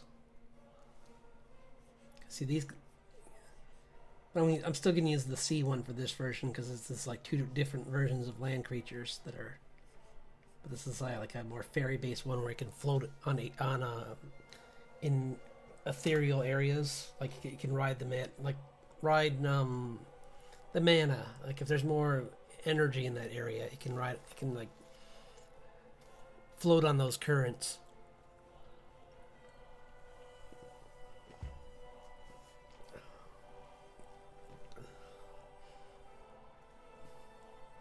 Yeah, I don't know if you've heard about the stories about these giant isopods, but apparently, like they do not last in captivity. they're pretty stubborn. Like, I mean, and just because they know that they're confined and they need to have their space. Kind of great, like how great white sharks don't last in cages either.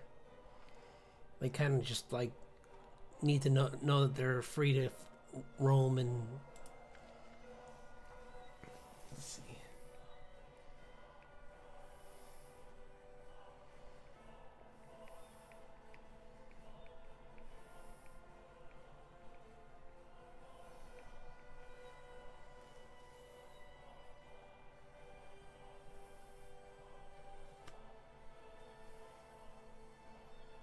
Got these two like briar, like these two roots coming out of it on the side that are briar patch things, kind of. And swat at any thing that tries to prey upon it, and take down smaller things that it needs to eat.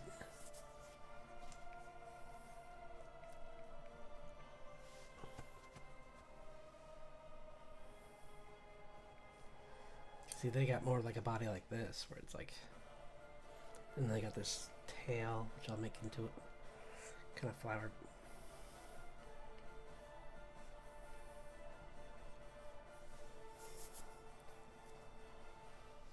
They have a lot more legs than this. I'm gonna draw plenty more legs. They have like a whole like army of little tiny legs to swim with.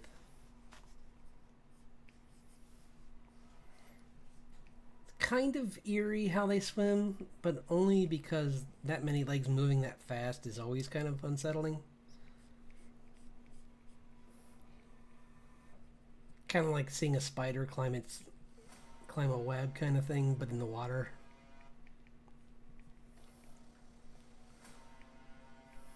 Or seeing a centipede. I should say the better example would be like seeing a centipede skittering along really fast. But just imagine that in the water with a creature like this. Because it's much bigger than a cute little isopod.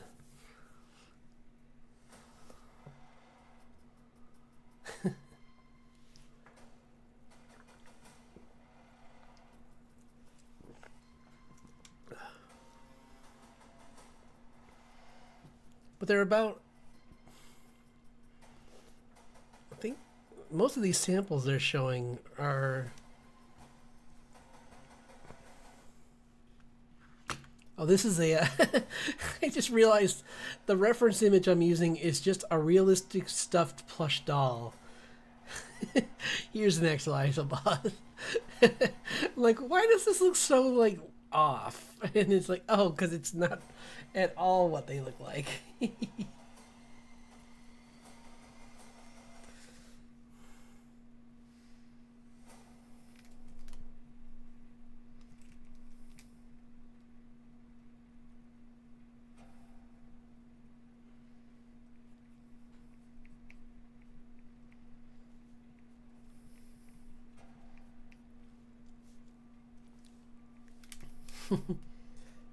This is gonna look like a Hollow Knight enemy or something. It kind of reminds me of those little guys that float around and are just like little like floating bushes, kind of. But this is gonna be like flower petals instead of.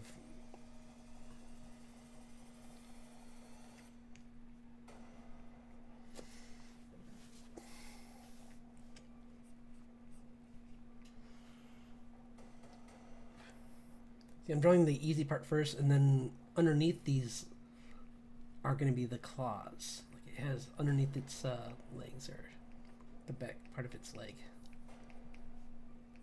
is like a claw.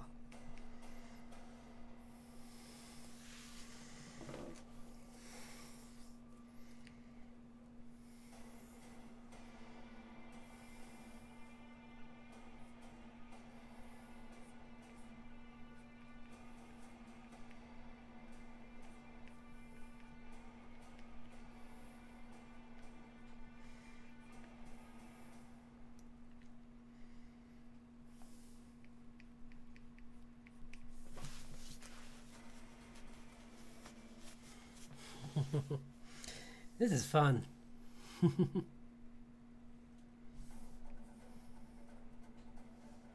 I'm gonna make this little guy bigger because he's kind of hard to draw this small.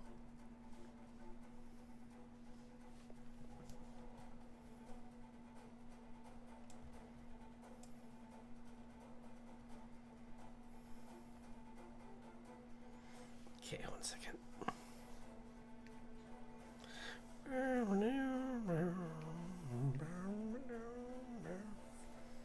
Oh no.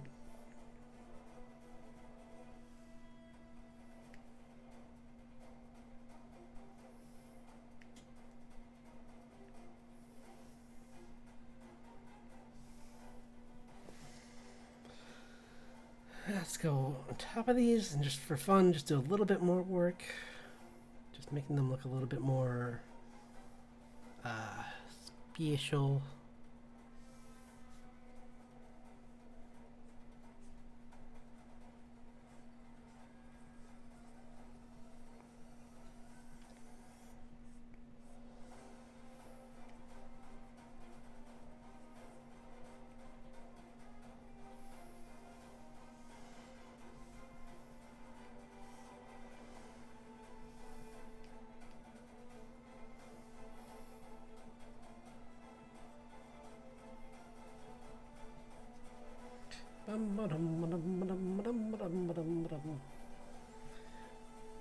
Yeah, I like drawing different types of animals. It's always fun. I was probably gonna. I mean, if I hadn't done challenges, I was gonna do this tonight anyway. So I'm glad I found this list because I wanted to draw some creatures anyway. And bugs especially. I mean, like isopods and other kind of critters are always fun.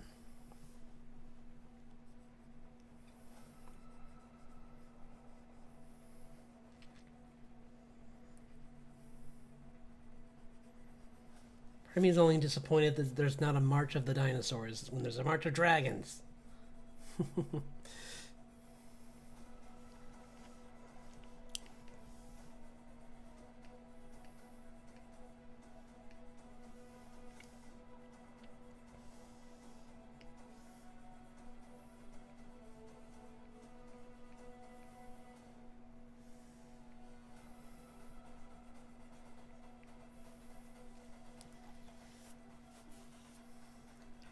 And maybe when it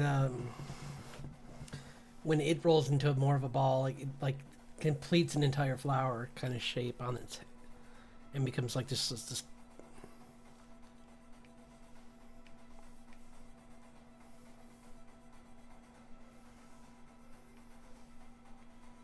Why did I do that? There we go. A little bigger. Where it kind of gets this like.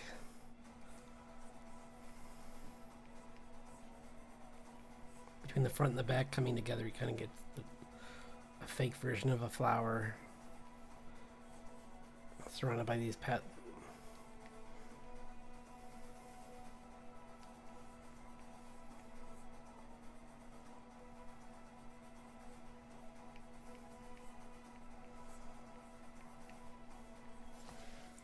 and then it just becomes like this orb that's.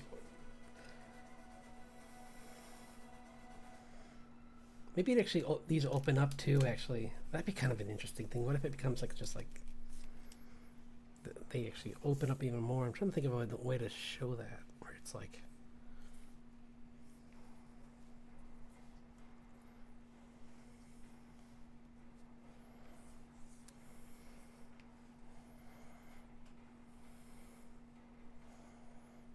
Or maybe it just like lures things into inside of it where it's just can pin everything in.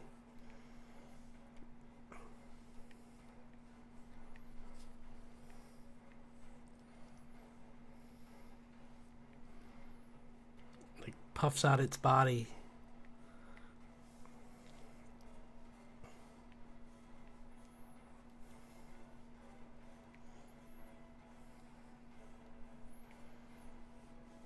Kind of almost like a flying cabbage. That would have been another thing I could have just done with an isopod, actually, is just make it a cabbage.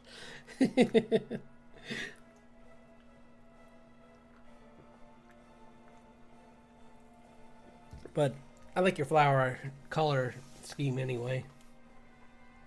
So we'll stick with that.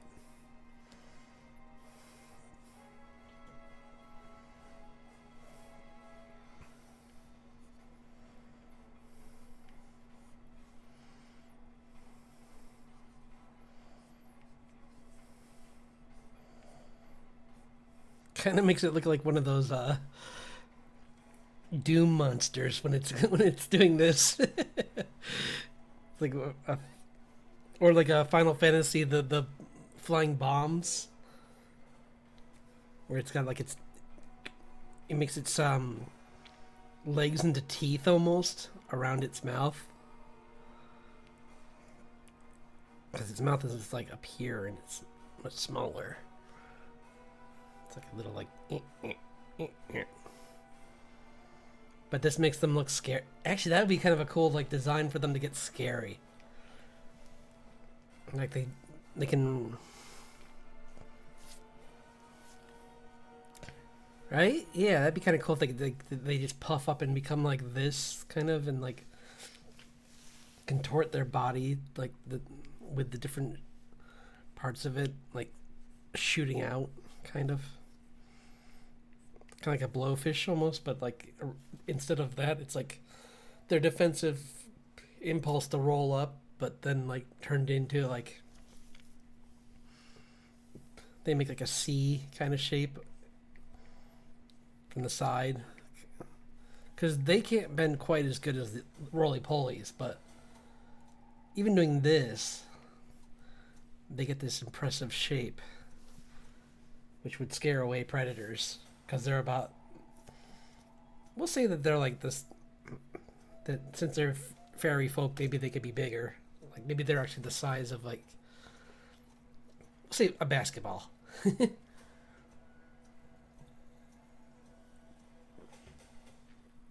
Or they get older, since they don't have very many, since they're really good at hiding, the older ones can get that big. They don't, the majority of their life, maybe they're like half that size. But I figure this is cool. I can't wait to see what are some of the other ones, just so we can plan ahead. Well, that's landscapes.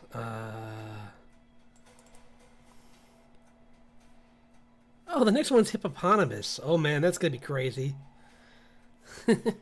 Making a mutant hippopotamus.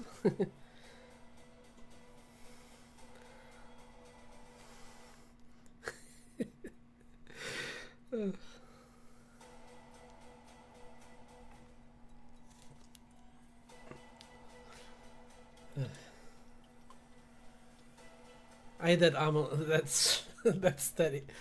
I was listening to. I was watching someone play. We're digging a hole this morning, and they had one of their prompts was the axolotl song. So I had that stuck in my head all day. Do do do do do do do do. If you're asking, it's a waddle. Goofy. Okay, let's do the next one, which would be hippos. Maybe what I'll do is actually, yeah, what would be smart with a hippo is to go to its skeleton and then put plants on that, because their skeleton looks very different from what they look like with actual like muscle. So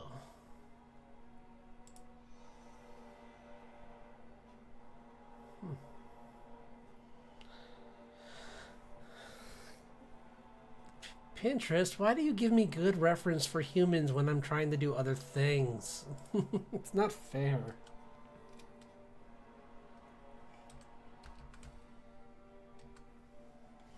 What? Hippo.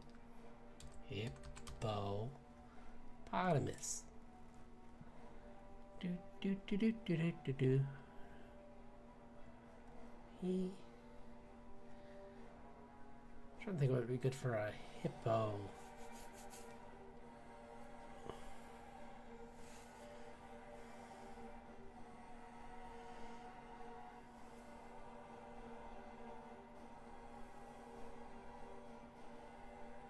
Yeah, I think I should go to this. Let's see if I can get their skeleton.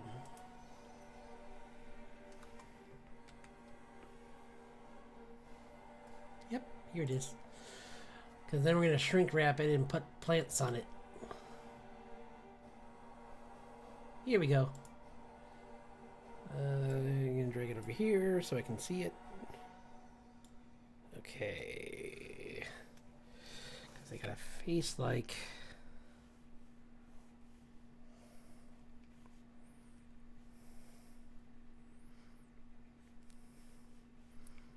I mean, no wonder people used to think that monsters existed. You see some animals without their... when it's just their skeleton, and it's like, oh yeah, if you didn't know what this belonged to, you'd be like, yeah, there's these giant things with huge sharp like these canine beasts that are just huge lumbering monsters out there in the in the jungle. And it's like, buddy, you've seen those every day. You run, you stay away from them. They're called hippos. They're they're scary. We don't need anything worse than them. I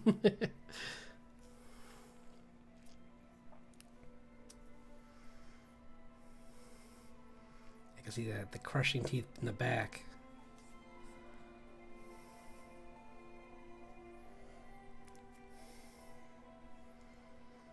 I imagine something kind of like a Venus flytrap thing would be kind of good with them.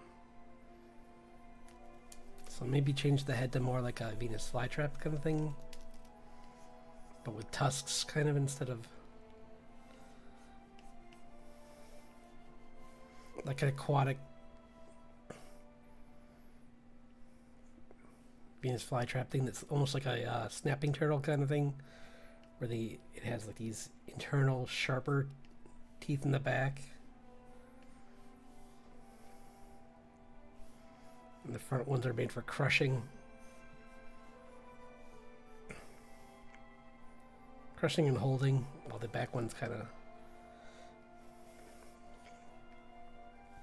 and it's like this like moving pot plant kind of creature. I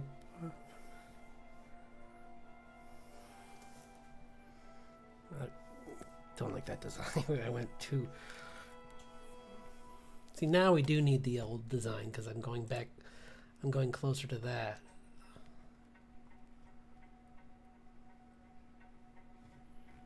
But I will use the skull as reference because it's a cool looking skull that looks like a dinosaur.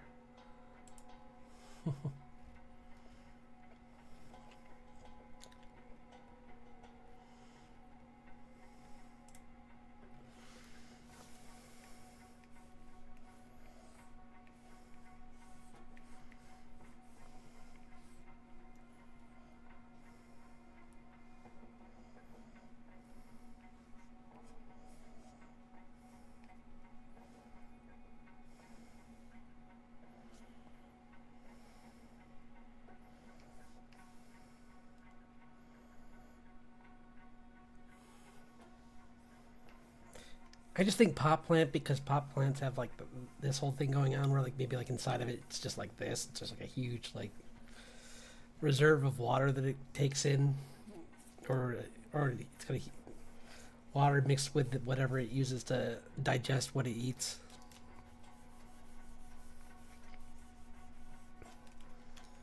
And much like those, where's that? That's rhinos. Never mind.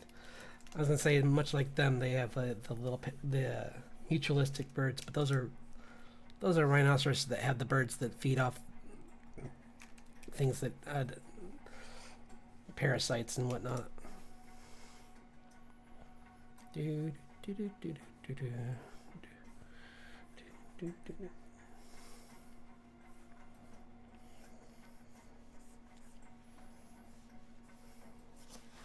Yeah, I heard this folklore about the original hippos, and it's pretty cool because like in the old, like there's a story of this like shamaness, like a shaman where she her father was like the head shaman in or pre I can't remember what the term they used exactly, but she took on one of these things like anime style because she didn't like that it was eating all the crops and was threatening the farmers who tried to stop it. I think it actually did eat some of them, but only because they attacked it.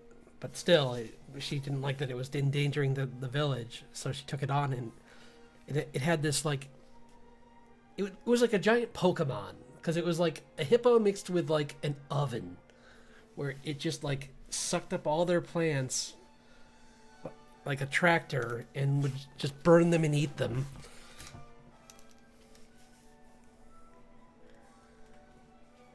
So it was pretty cool. She took it on and nearly defeated it, but her father stopped her and said, like, you really can't just destroy this creature just for trying to survive. Originally, all it was doing was trying to eat plants, which is what it's meant to do.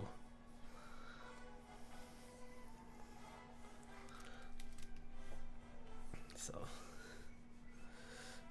but it was definitely one of those, like, kind of like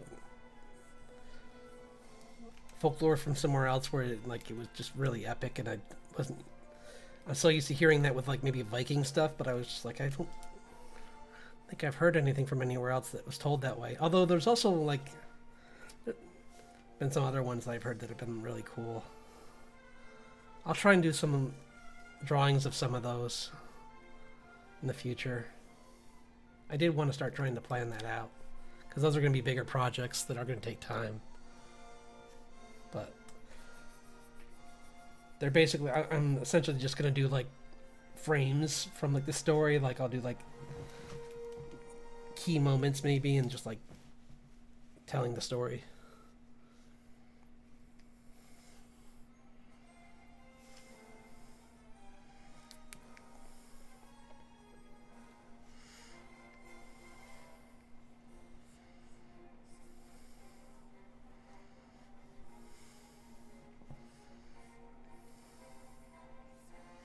I'm trying to think how to... Okay, now I've got the shape of the hippo down, I'm going to look at pot plants, because there must be something I can do with this to make it look more like a plant.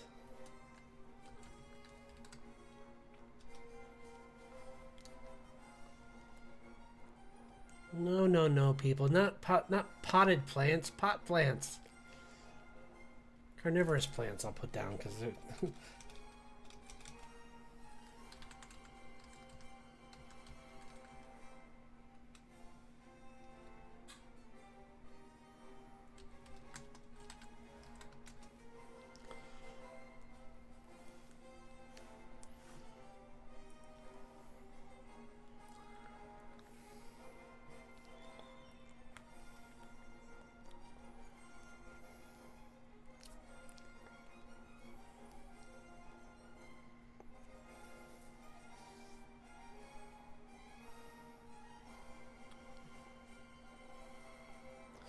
Let's see, what can we do? I can make its tail... Well, no, that wouldn't... I guess whatever way it can eat, it would eat. Like, I can give it a tail kind of like a... These kind of... There's this type of plant where it's got these bulbs that are... that let out this sticky sap. So it's the end of its tail, it like... could curl up and eat them that way, or it can eat from, so basically it can eat from both sides. Or something like that might be kind of cool. And then maybe like it could even just have like a mane of them actually too.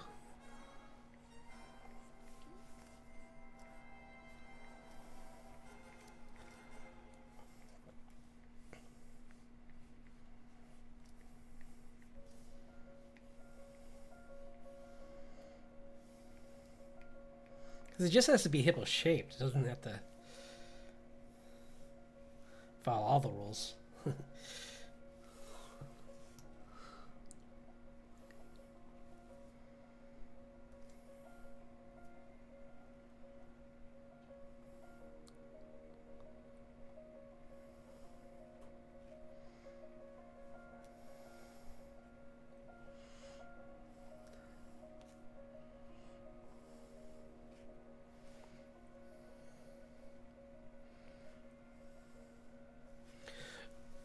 Ooh, and its eyes could be those, what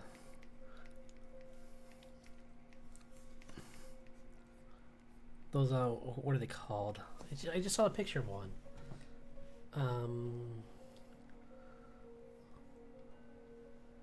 Raphasia. Rafflesia, that's right, yeah. Because it can have like the... like that.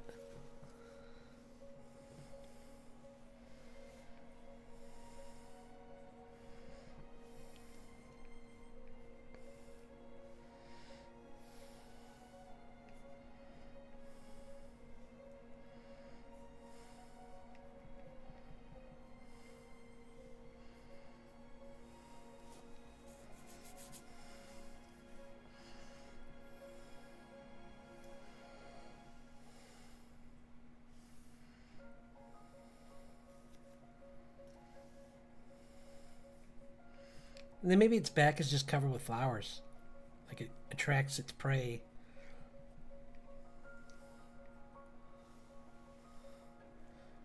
With both types of scents. Like it has the Raphasia for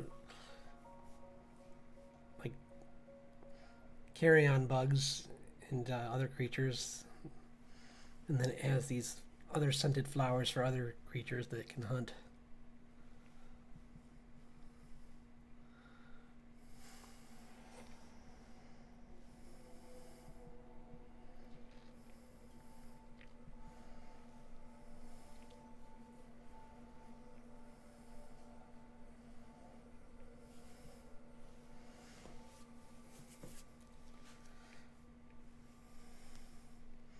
Since it's in the water, actually, what if they're like lily pads? So it just kind of like floats and they kind of just like...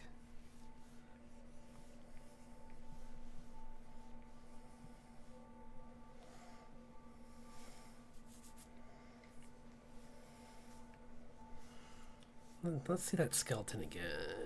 Because if I see the skeleton, I might be able to... Whoops. Nope. Look at its feet. It doesn't help. Because it does have like legs that are more like this. Like underneath it's got the skeleton where they're like more like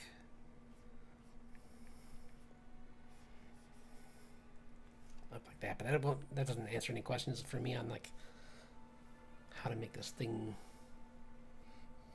support itself. I'm just gonna say these are tree trunks. That's what I originally was gonna do. Let's make more like tree trunk legs.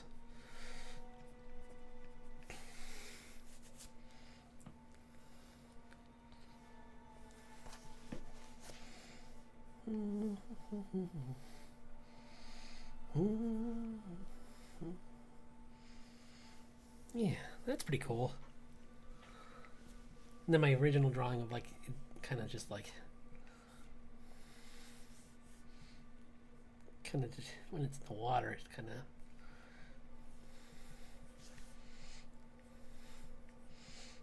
has these, it's like an island of flowers, and then just this one flower up here with these tendrils poking out a little bit, and one on the back.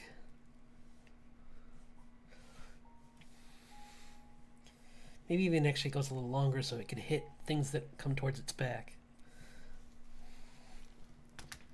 Yeah, I'll be right back. It's gonna get some more water. Hydrate!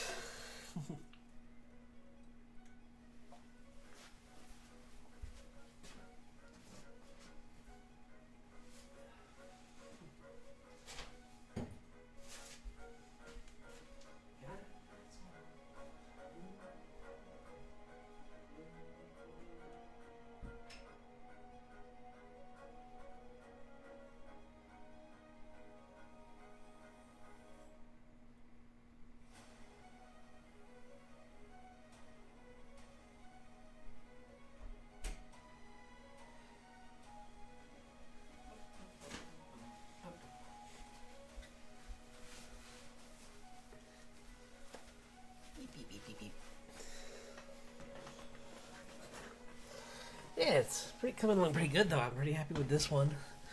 So I think we can just move on to another challenge, actually. Like, because I did 2 of these ones, so that's great.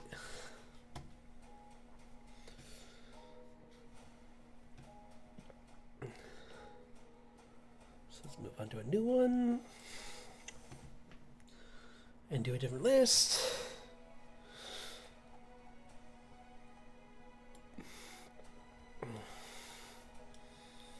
I'm gonna go to the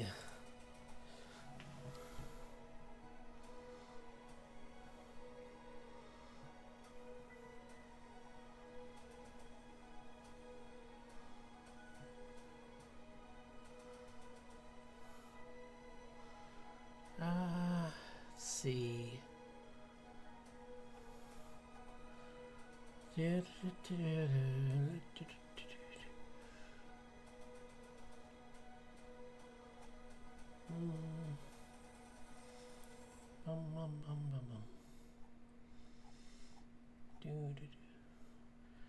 Oh, creature. Oh. Ooh.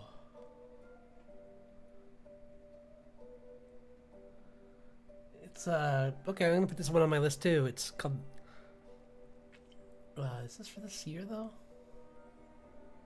I don't know. Nope. It's not. Never mind. It's not gonna help. Well, I mean, I can still do it, I guess.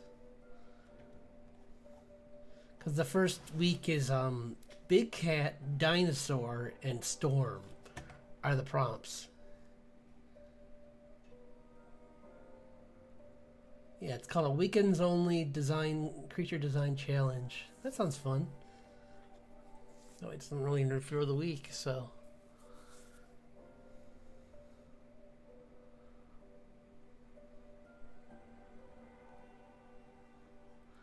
Yeah, it seems pretty flexible too. Let's see.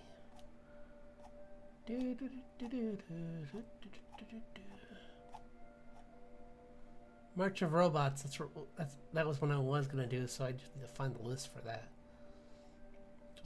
Even though I don't know how to draw robots, it's always good to try.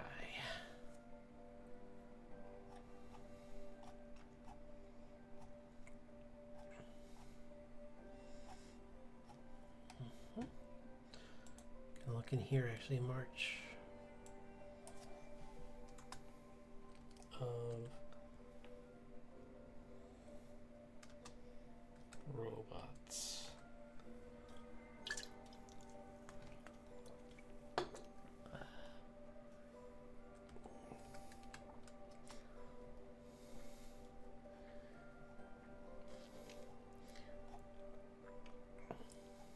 What? Guys, come on. How's that? Oh, because it's a march. Political stuff. Why? I just want art. Blue Sky, you were the chosen one. You were supposed to be free from political sway. Why have you misled us? I thought the whole point of this was a place where artists could be free to express themselves, not people to whine.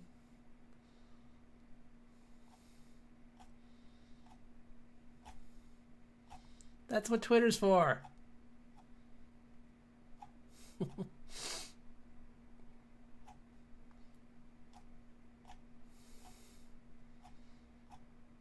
That's as far as I go with that. I'm not going to get more specific than that. I'm more about positivity anyway, so I don't want to focus too much on that. I'm just a little annoyed that this has... I honestly thought Blue Sky would only be for art and like artists and musicians. And I'm already seeing stuff that's not related at all to that. And it's sad. It's sad. Darn.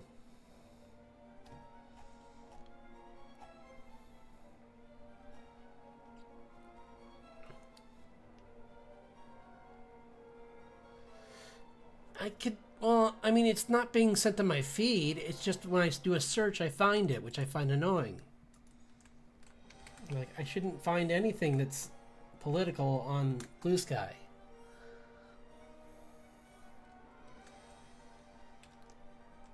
Because why would anyone want that? The whole point, I thought, was to escape that. Wait, maybe if I just make it one word, then it will just... Because I think the problem is it doesn't know...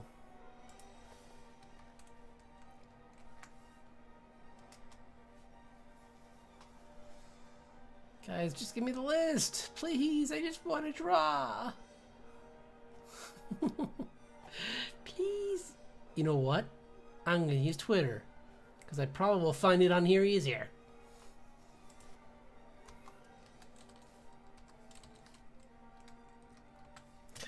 Gasp. He didn't say that.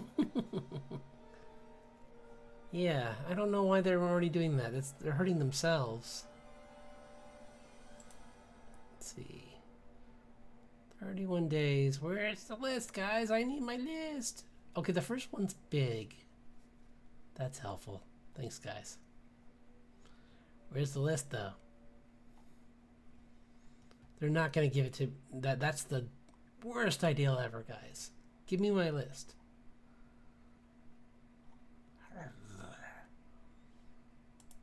Maybe Dispenser has the list. Nope. They're just guessing. I don't know where the list is.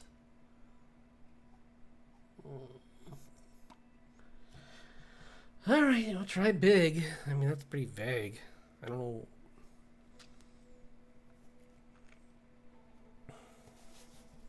I kind of know what I want to do for big, though. Only because it's the... He's my favorite... Well, is he... It's not a robot, though. That's a... So what's a cool robot that's big?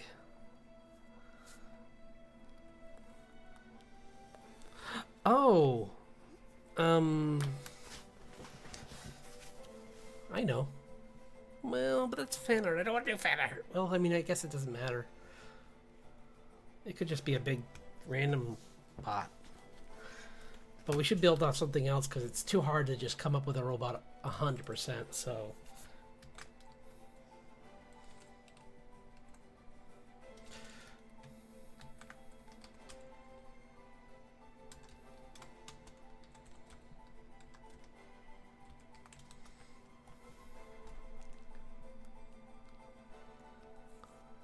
Here we go.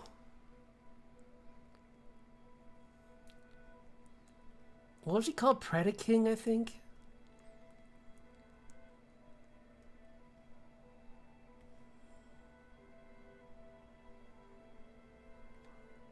Well, okay. Volcanius Angelus? I didn't even know that's what they call it. Interesting. I thought he was called Predaking. Was the combined form of all the beast... Of all the Dinobots.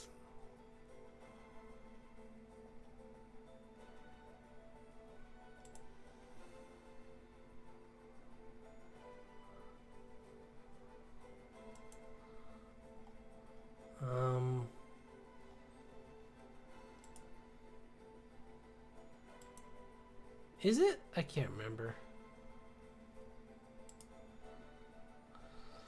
Let's see. Combined with Dino... Oh, combined... Wait, with Dinobots or of Dinobots, guys? Because that's a big distinction. If you glued together random Transformers, that's not a combination. Yeah, Dino King. Oh, with Core Volcanius. Interesting. Yeah, people are messing around with them. That's what they're doing. That's kind of cool, though. That's the kind of stuff I would want to do if I got back into modeling, is just... My brother's doing this, actually, where he's just making his own customizations on his characters, like drilling holes and putting damage on them to show, like, that... Because he's started painting Warhammer characters. So yeah, it's pretty cool. I don't know. While I'm looking, Evie, can you think? Do you have any like recommendations for a giant robot? Because my brain is. I don't think robots. My brain doesn't do that. Like all I can think is maybe like a. Oh man. I'm trying to think of some of the bad guys from Cyborg 009 or something, or let's see. Like Mega Man had some big things, but I'm trying to think what was giant.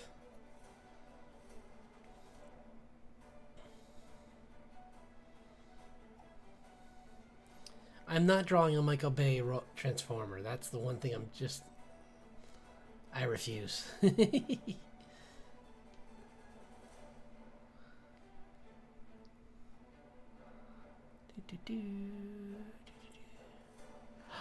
No, that's not my guy.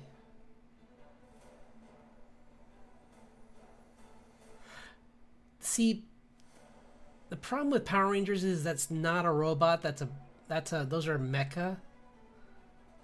In other words, they're just like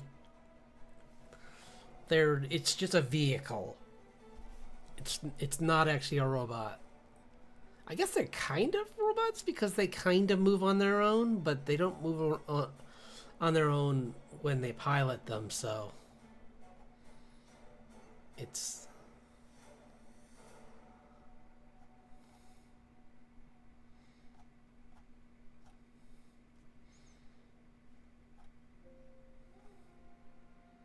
I guess it just says big, so I could it doesn't even have to be giant, it just has to be big. What's a big robot? From a movie or a TV show? Or that we can base off of a movie or TV show?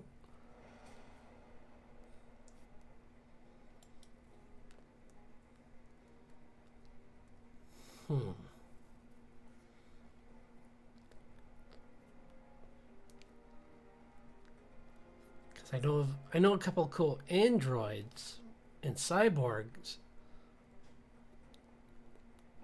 but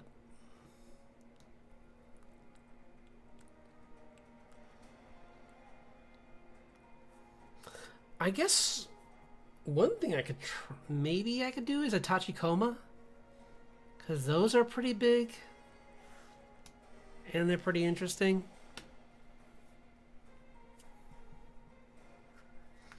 I'll look up what those look like, because that could be a first choice, and then if you think it's something better, let me know, because I don't know how to spell Tachikoma, but I think it's just how it sounds. But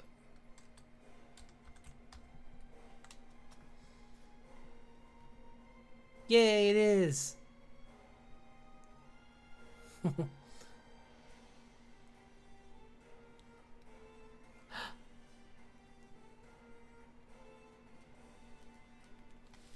Right?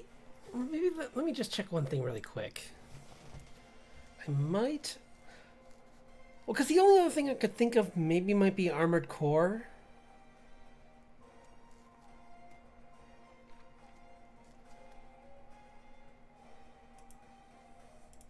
But I don't know if... Are those actually, like... Are those robots?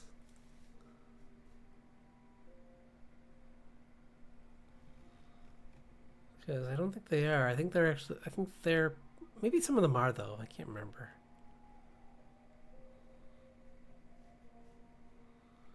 I was just going to look at my games to see if I... Problem is I don't really play games with robots in them. Like, I think I've played a few sci-fi games, but most of the games I play are, like, fantasy-based. There's not too many robots in fantasy.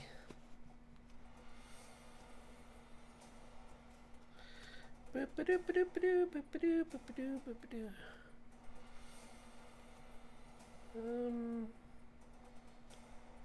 like making a character off of like a random like indie game would be kind of cool.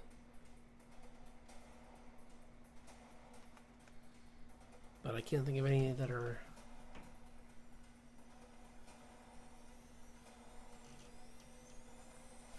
Okay, that's good to know. It's a possibility, but they're super complex. Like I wanted baby steps here. I think using a Tachikoma or there's some Mega Man villains that are pretty big. So either Tachikoma or one of the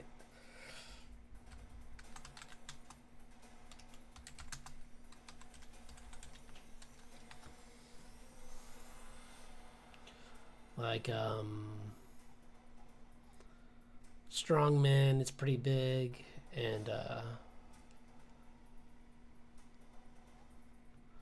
because I think I psyched myself out because I was thinking of a different list. I was making it like a kaiju sized robot, and it's actually it doesn't have to be that big. It just has to be big, which just means like over maybe like taller than a person, which isn't that hard for a robot to do. Wait a minute, that's another one I could do possibly. I never thought of that. Sentinels from Marvel. Yeah, let's do Sentinels because they're big people. It's easier to draw. I'll do both. I'll do both Sentinels and Tachikoma, like maybe, just so I have both.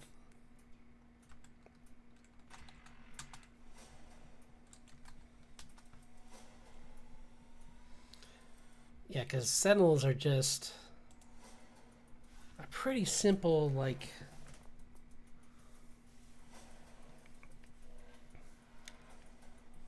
hulking giant thing, which I'm surprised that the movies have only done that they tried to make them scarier than this, and this is pretty scary looking thing. It's just this hulking big thing.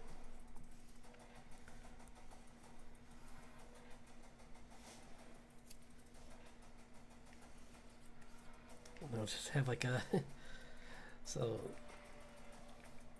this could be one of the smaller sized ones actually, because they come in different sizes. So this could be one that could fit on a street actually. Oops.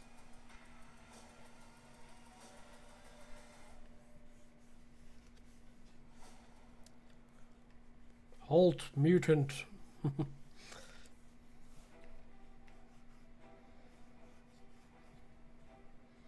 I know this is cheating, but I don't care.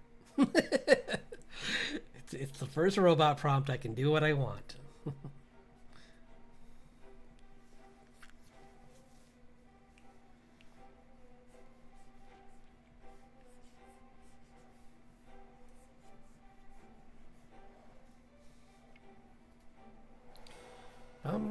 Bum.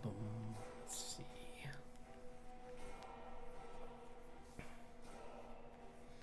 I'm gonna make the Tachikoma down here like, hello!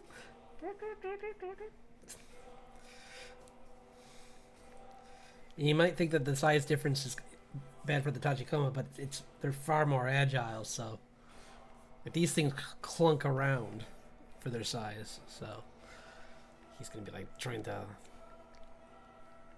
Although they do have a really powerful laser, so this is great. But maybe it's more than one actually. There's another Tachikoma like on the building next to it, like a spider. Like, hello, hi. I love they have little kid voices, which makes it so eerie in that episode where like they started to gain even more sentience, and you're just like, is this good or bad? I don't know. Seen enough movies to think this is bad.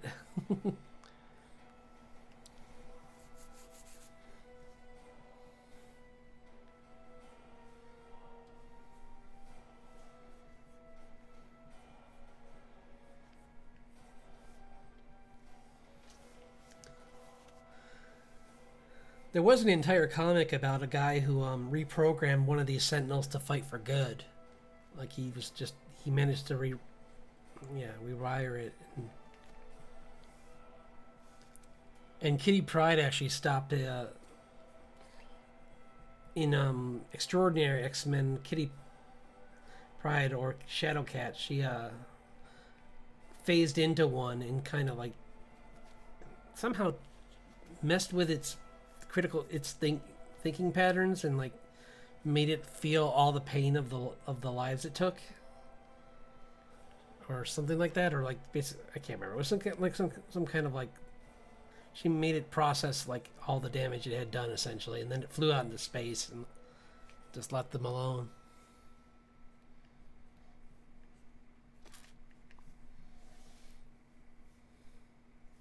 After nearly melting them. So it wasn't an exact victory. You were so close to dying.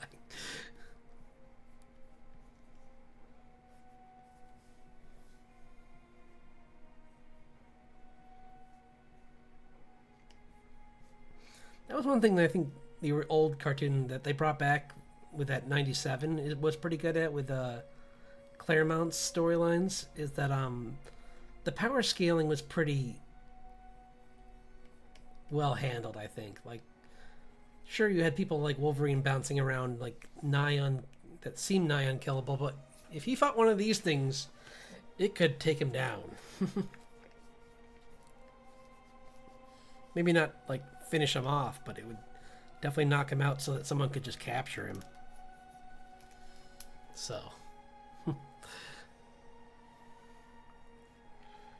I'm just starting with like these rough shapes, and then I'm gonna build into them to make more of the complex, like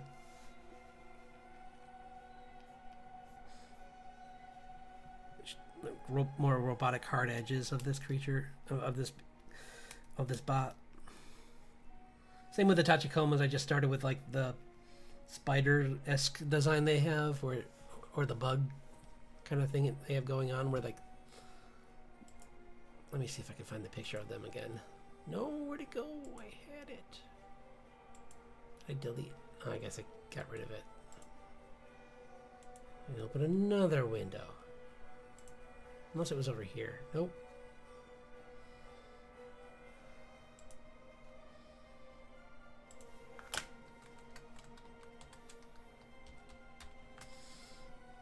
We'll put it in. I gotta put these in my reference anyway.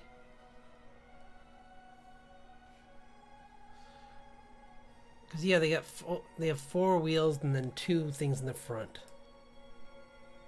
So they're little powerhouses.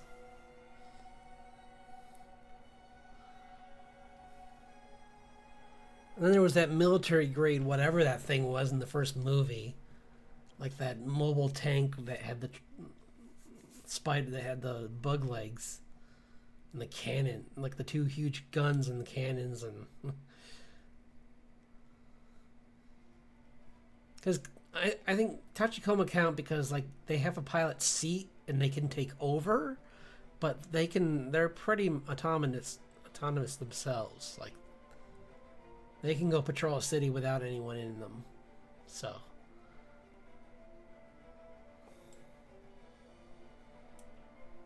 yeah, that works. And let's get the Sentinel pictures too, so I don't lose it.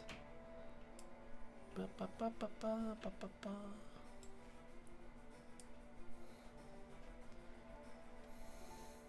Quiet, you phone. Guess we are getting kind of late though, aren't we? 2.5 hours? Wow. I think 20 more minutes and we'll be good for this stream, because I got some other stuff I want to do tonight. But this has been really fun. Actually, I'm glad I did Sentinel and Tachikoma, because they're both really fun things that I like to draw. And for doing something that I'm just not skilled at, drawing robots, it's good to start with something you really like. Watch, tonight I'm gonna be drawing something. I'll be working on like my VTuber model or something, and I'll just instantly think of another robot that I could have drawn. It's like, ah!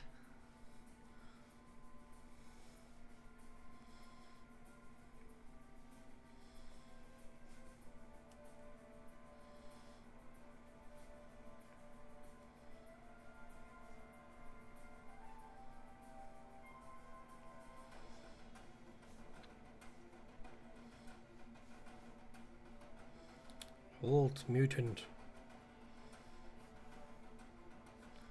Trying to make their muscles look more hard-edged too, because in some of these from farther away they look a little rounded, which looks weird on a robot.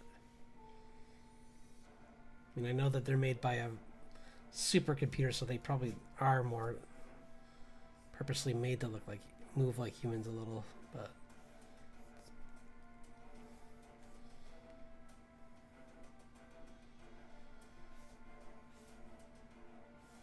I want to make it look bulky and big.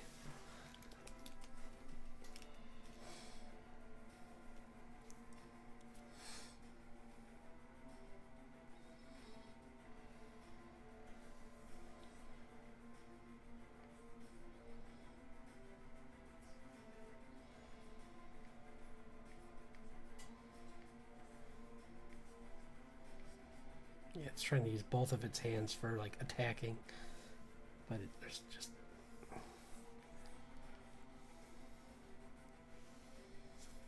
gonna be several of these little guys like.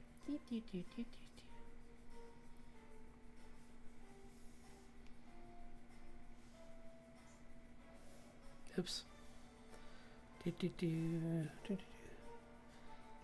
Yeah, Tachikomas are great. They're like these little like. They can view from. They have cameras on their. Is that what those were? Right? Are those the cameras? Or I think, or are the things around them the cameras? So I know they have these two. Kind of like a. They're purposely made to look like a spider. I can't remember if those could shoot or if they were cameras. I know that their main hands have guns in them.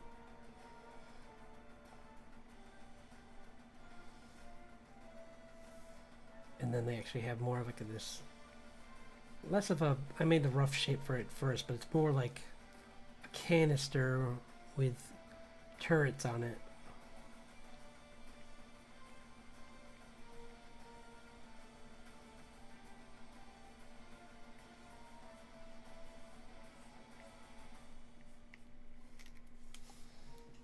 They're just no wonder the police are just like, yeah, just send them out. We're good. It's like what are we going against? Crazy robots? Yeah, send ours. We're not going to send people against them. We're definitely not sending our expensive cyborgs against super robots that are going to just crush them. So it's like on the side of this building. Because I remember I think they could, I don't remember how they did that, but they could like, maybe even like it's just like skidding along the side of the building actually. Because I know that they could do crazy stuff like that.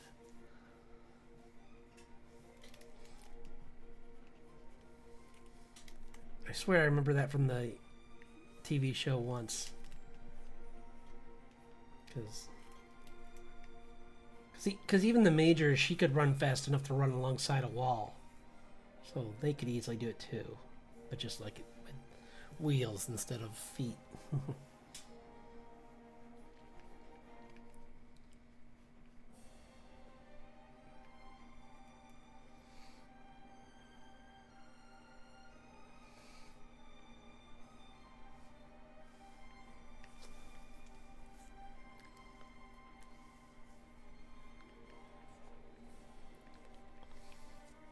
This kind of makes me think of like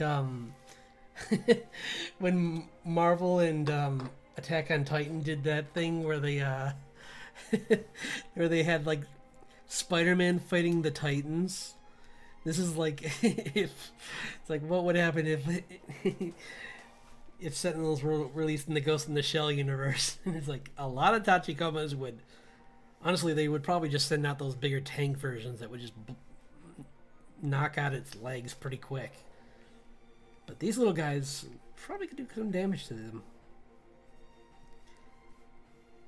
Especially if you change their rounds to be something more incendiary or like maybe even they just like send out EMP blasts or something that fry the circuits in the Sentinels who have a different kind of AI. Like they can just like hack their signal and shut them down without even shooting a shot. I just want the Tachikoma to win, obviously, because they're not racist, or they're not against mutants, to my knowledge, anyway. Until their AI tells them to be, I guess. But they're like, let's see, that mutant over there can just like zip through walls, and that one can cause fire anywhere. Should we be siding with them? It's like, quiet, stop talking. You're overthinking this. Just do your job.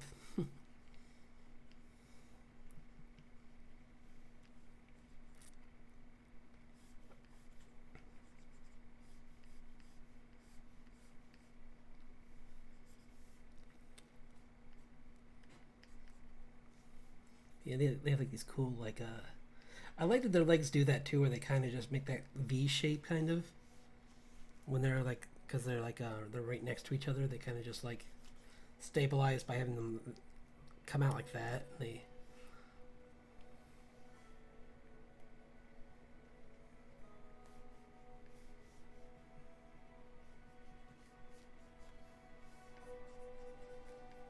like there's gonna be losses on both sides of this, but this guy's probably gonna, even just like already put some damage on him, some battle damage, because Sentinels are tough. There's a reason they're very useful against mutants, so they're gonna put up a good fight.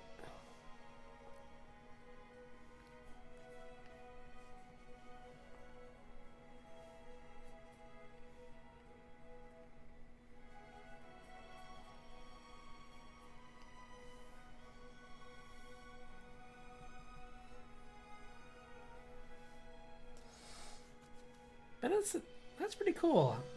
I'm proud of myself for even trying. Honestly, I wasn't gonna do this at all, and then like I thought to myself that it would be nice to.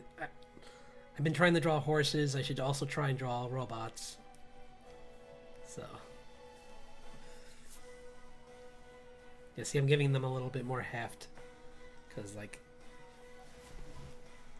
in the comics they're supposed to be like very like humanoid shaped, but like perfectly athletic. But I think for a robot it would make more sense to be a little bit more dumpy, because like that could be more room for like armor.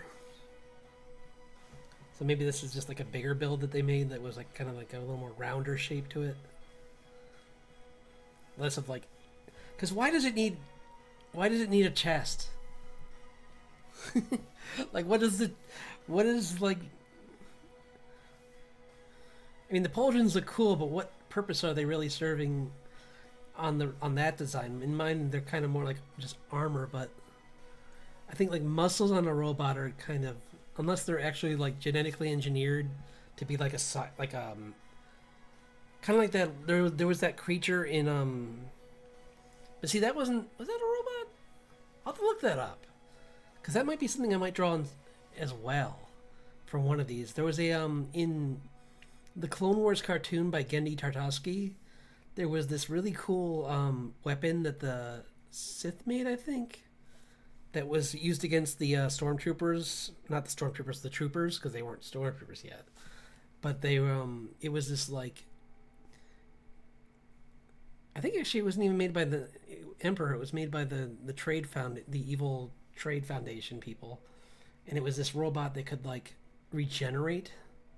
Like it was made out of like partially biological and yeah, and they could, and like remember like Obi-Wan kept cutting at it and it would keep regrowing, and then he had to like figure out a way to like go inside. He basically like leapt inside of it while it was regrowing, and then like force pushed all of its parts away from it so it couldn't heal. And then the troopers just came in and like finished off the parts as they were just like lying about. So I'm pretty sure it was a robot because of the fact that they let them be that brutal with it. If it was a living creature, Genndy wasn't usually allowed to make like things living suffer that much in cartoons. Like in Samurai Jack, the most brutal kills were usually on robots. So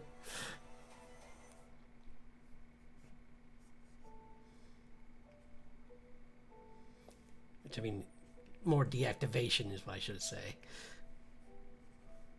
I said deactivation, YouTube.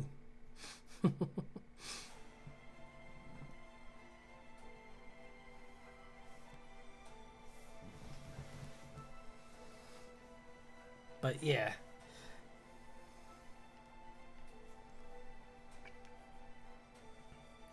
That might be another one I'll do for another, because there's so many prompts. I'm sure there'll be another one that might be better for that, because it's big, but it's also like agile, intelligent, like very durable. So there's a bunch of things I could do for that. Yeah, see, I'm gonna give him like thicker. He's gonna have like a thicker build, and so he could take more shots. It's like they're tearing away at him, but he's pretty tough. Do they have legs, or do they just have... I think they don't have legs. Oh, they have this. Because they have like... Some of them do, so I'll do the one that does.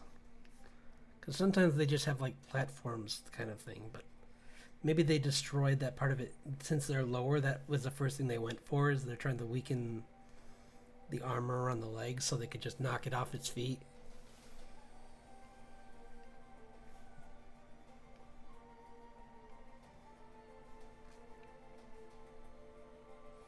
It's like this one, I'll make this one have more armor on this leg, but that leg's severely damaged. Because like I said, this isn't the giant Tachikoma. This isn't the giant. This is like the slightly bigger ones, the ones that can't fit in buildings but can walk down streets. Kind of one.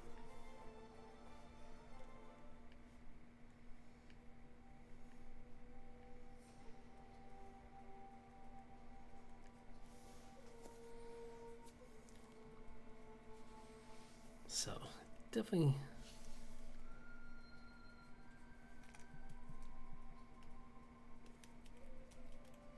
I always forget they're scary because they have this like skull kind of face.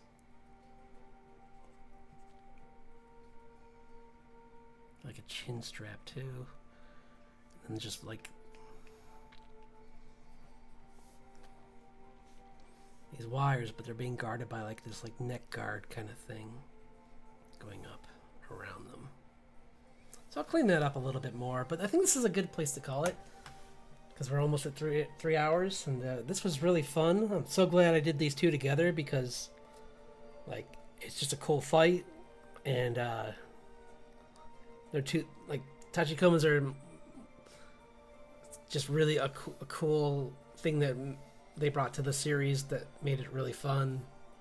So let's just go over everything we did really quick. So we did this. We did some biological plant mutations, like this hippo creature, and these isopods, based on sea and land versions, which I'm going to color. Really happy with those. I'll clean them up a little bit more, make them maybe... yeah. Didn't we... whoops, what did I do? What did I just do? Nothing. My phone just scared me. And to start off with, we started our March of Dragons with our friend, this startled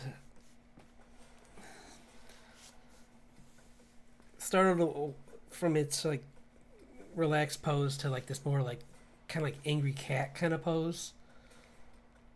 I might even exaggerate it a little bit more by putting like some other creature coming up the side of the cliff or something, and it's looking down like really angry and like might be starting to break off pieces of the cliff to knock it away. But yeah, I'm really happy with how this is coming along. Really good, interesting design. The horns especially I was proud of, like finding those horns from that one I can't remember what that was. It was some kind of like a elk or something, or yeah. And putting them on that was a great thought. Like, so thanks again for joining. I'll be back again next week, but tomorrow I'll be on Twitch working on these again. So if you want to see more of this coloring, stop by for that. And Otherwise, have a great weekend, and I'll see you all next week.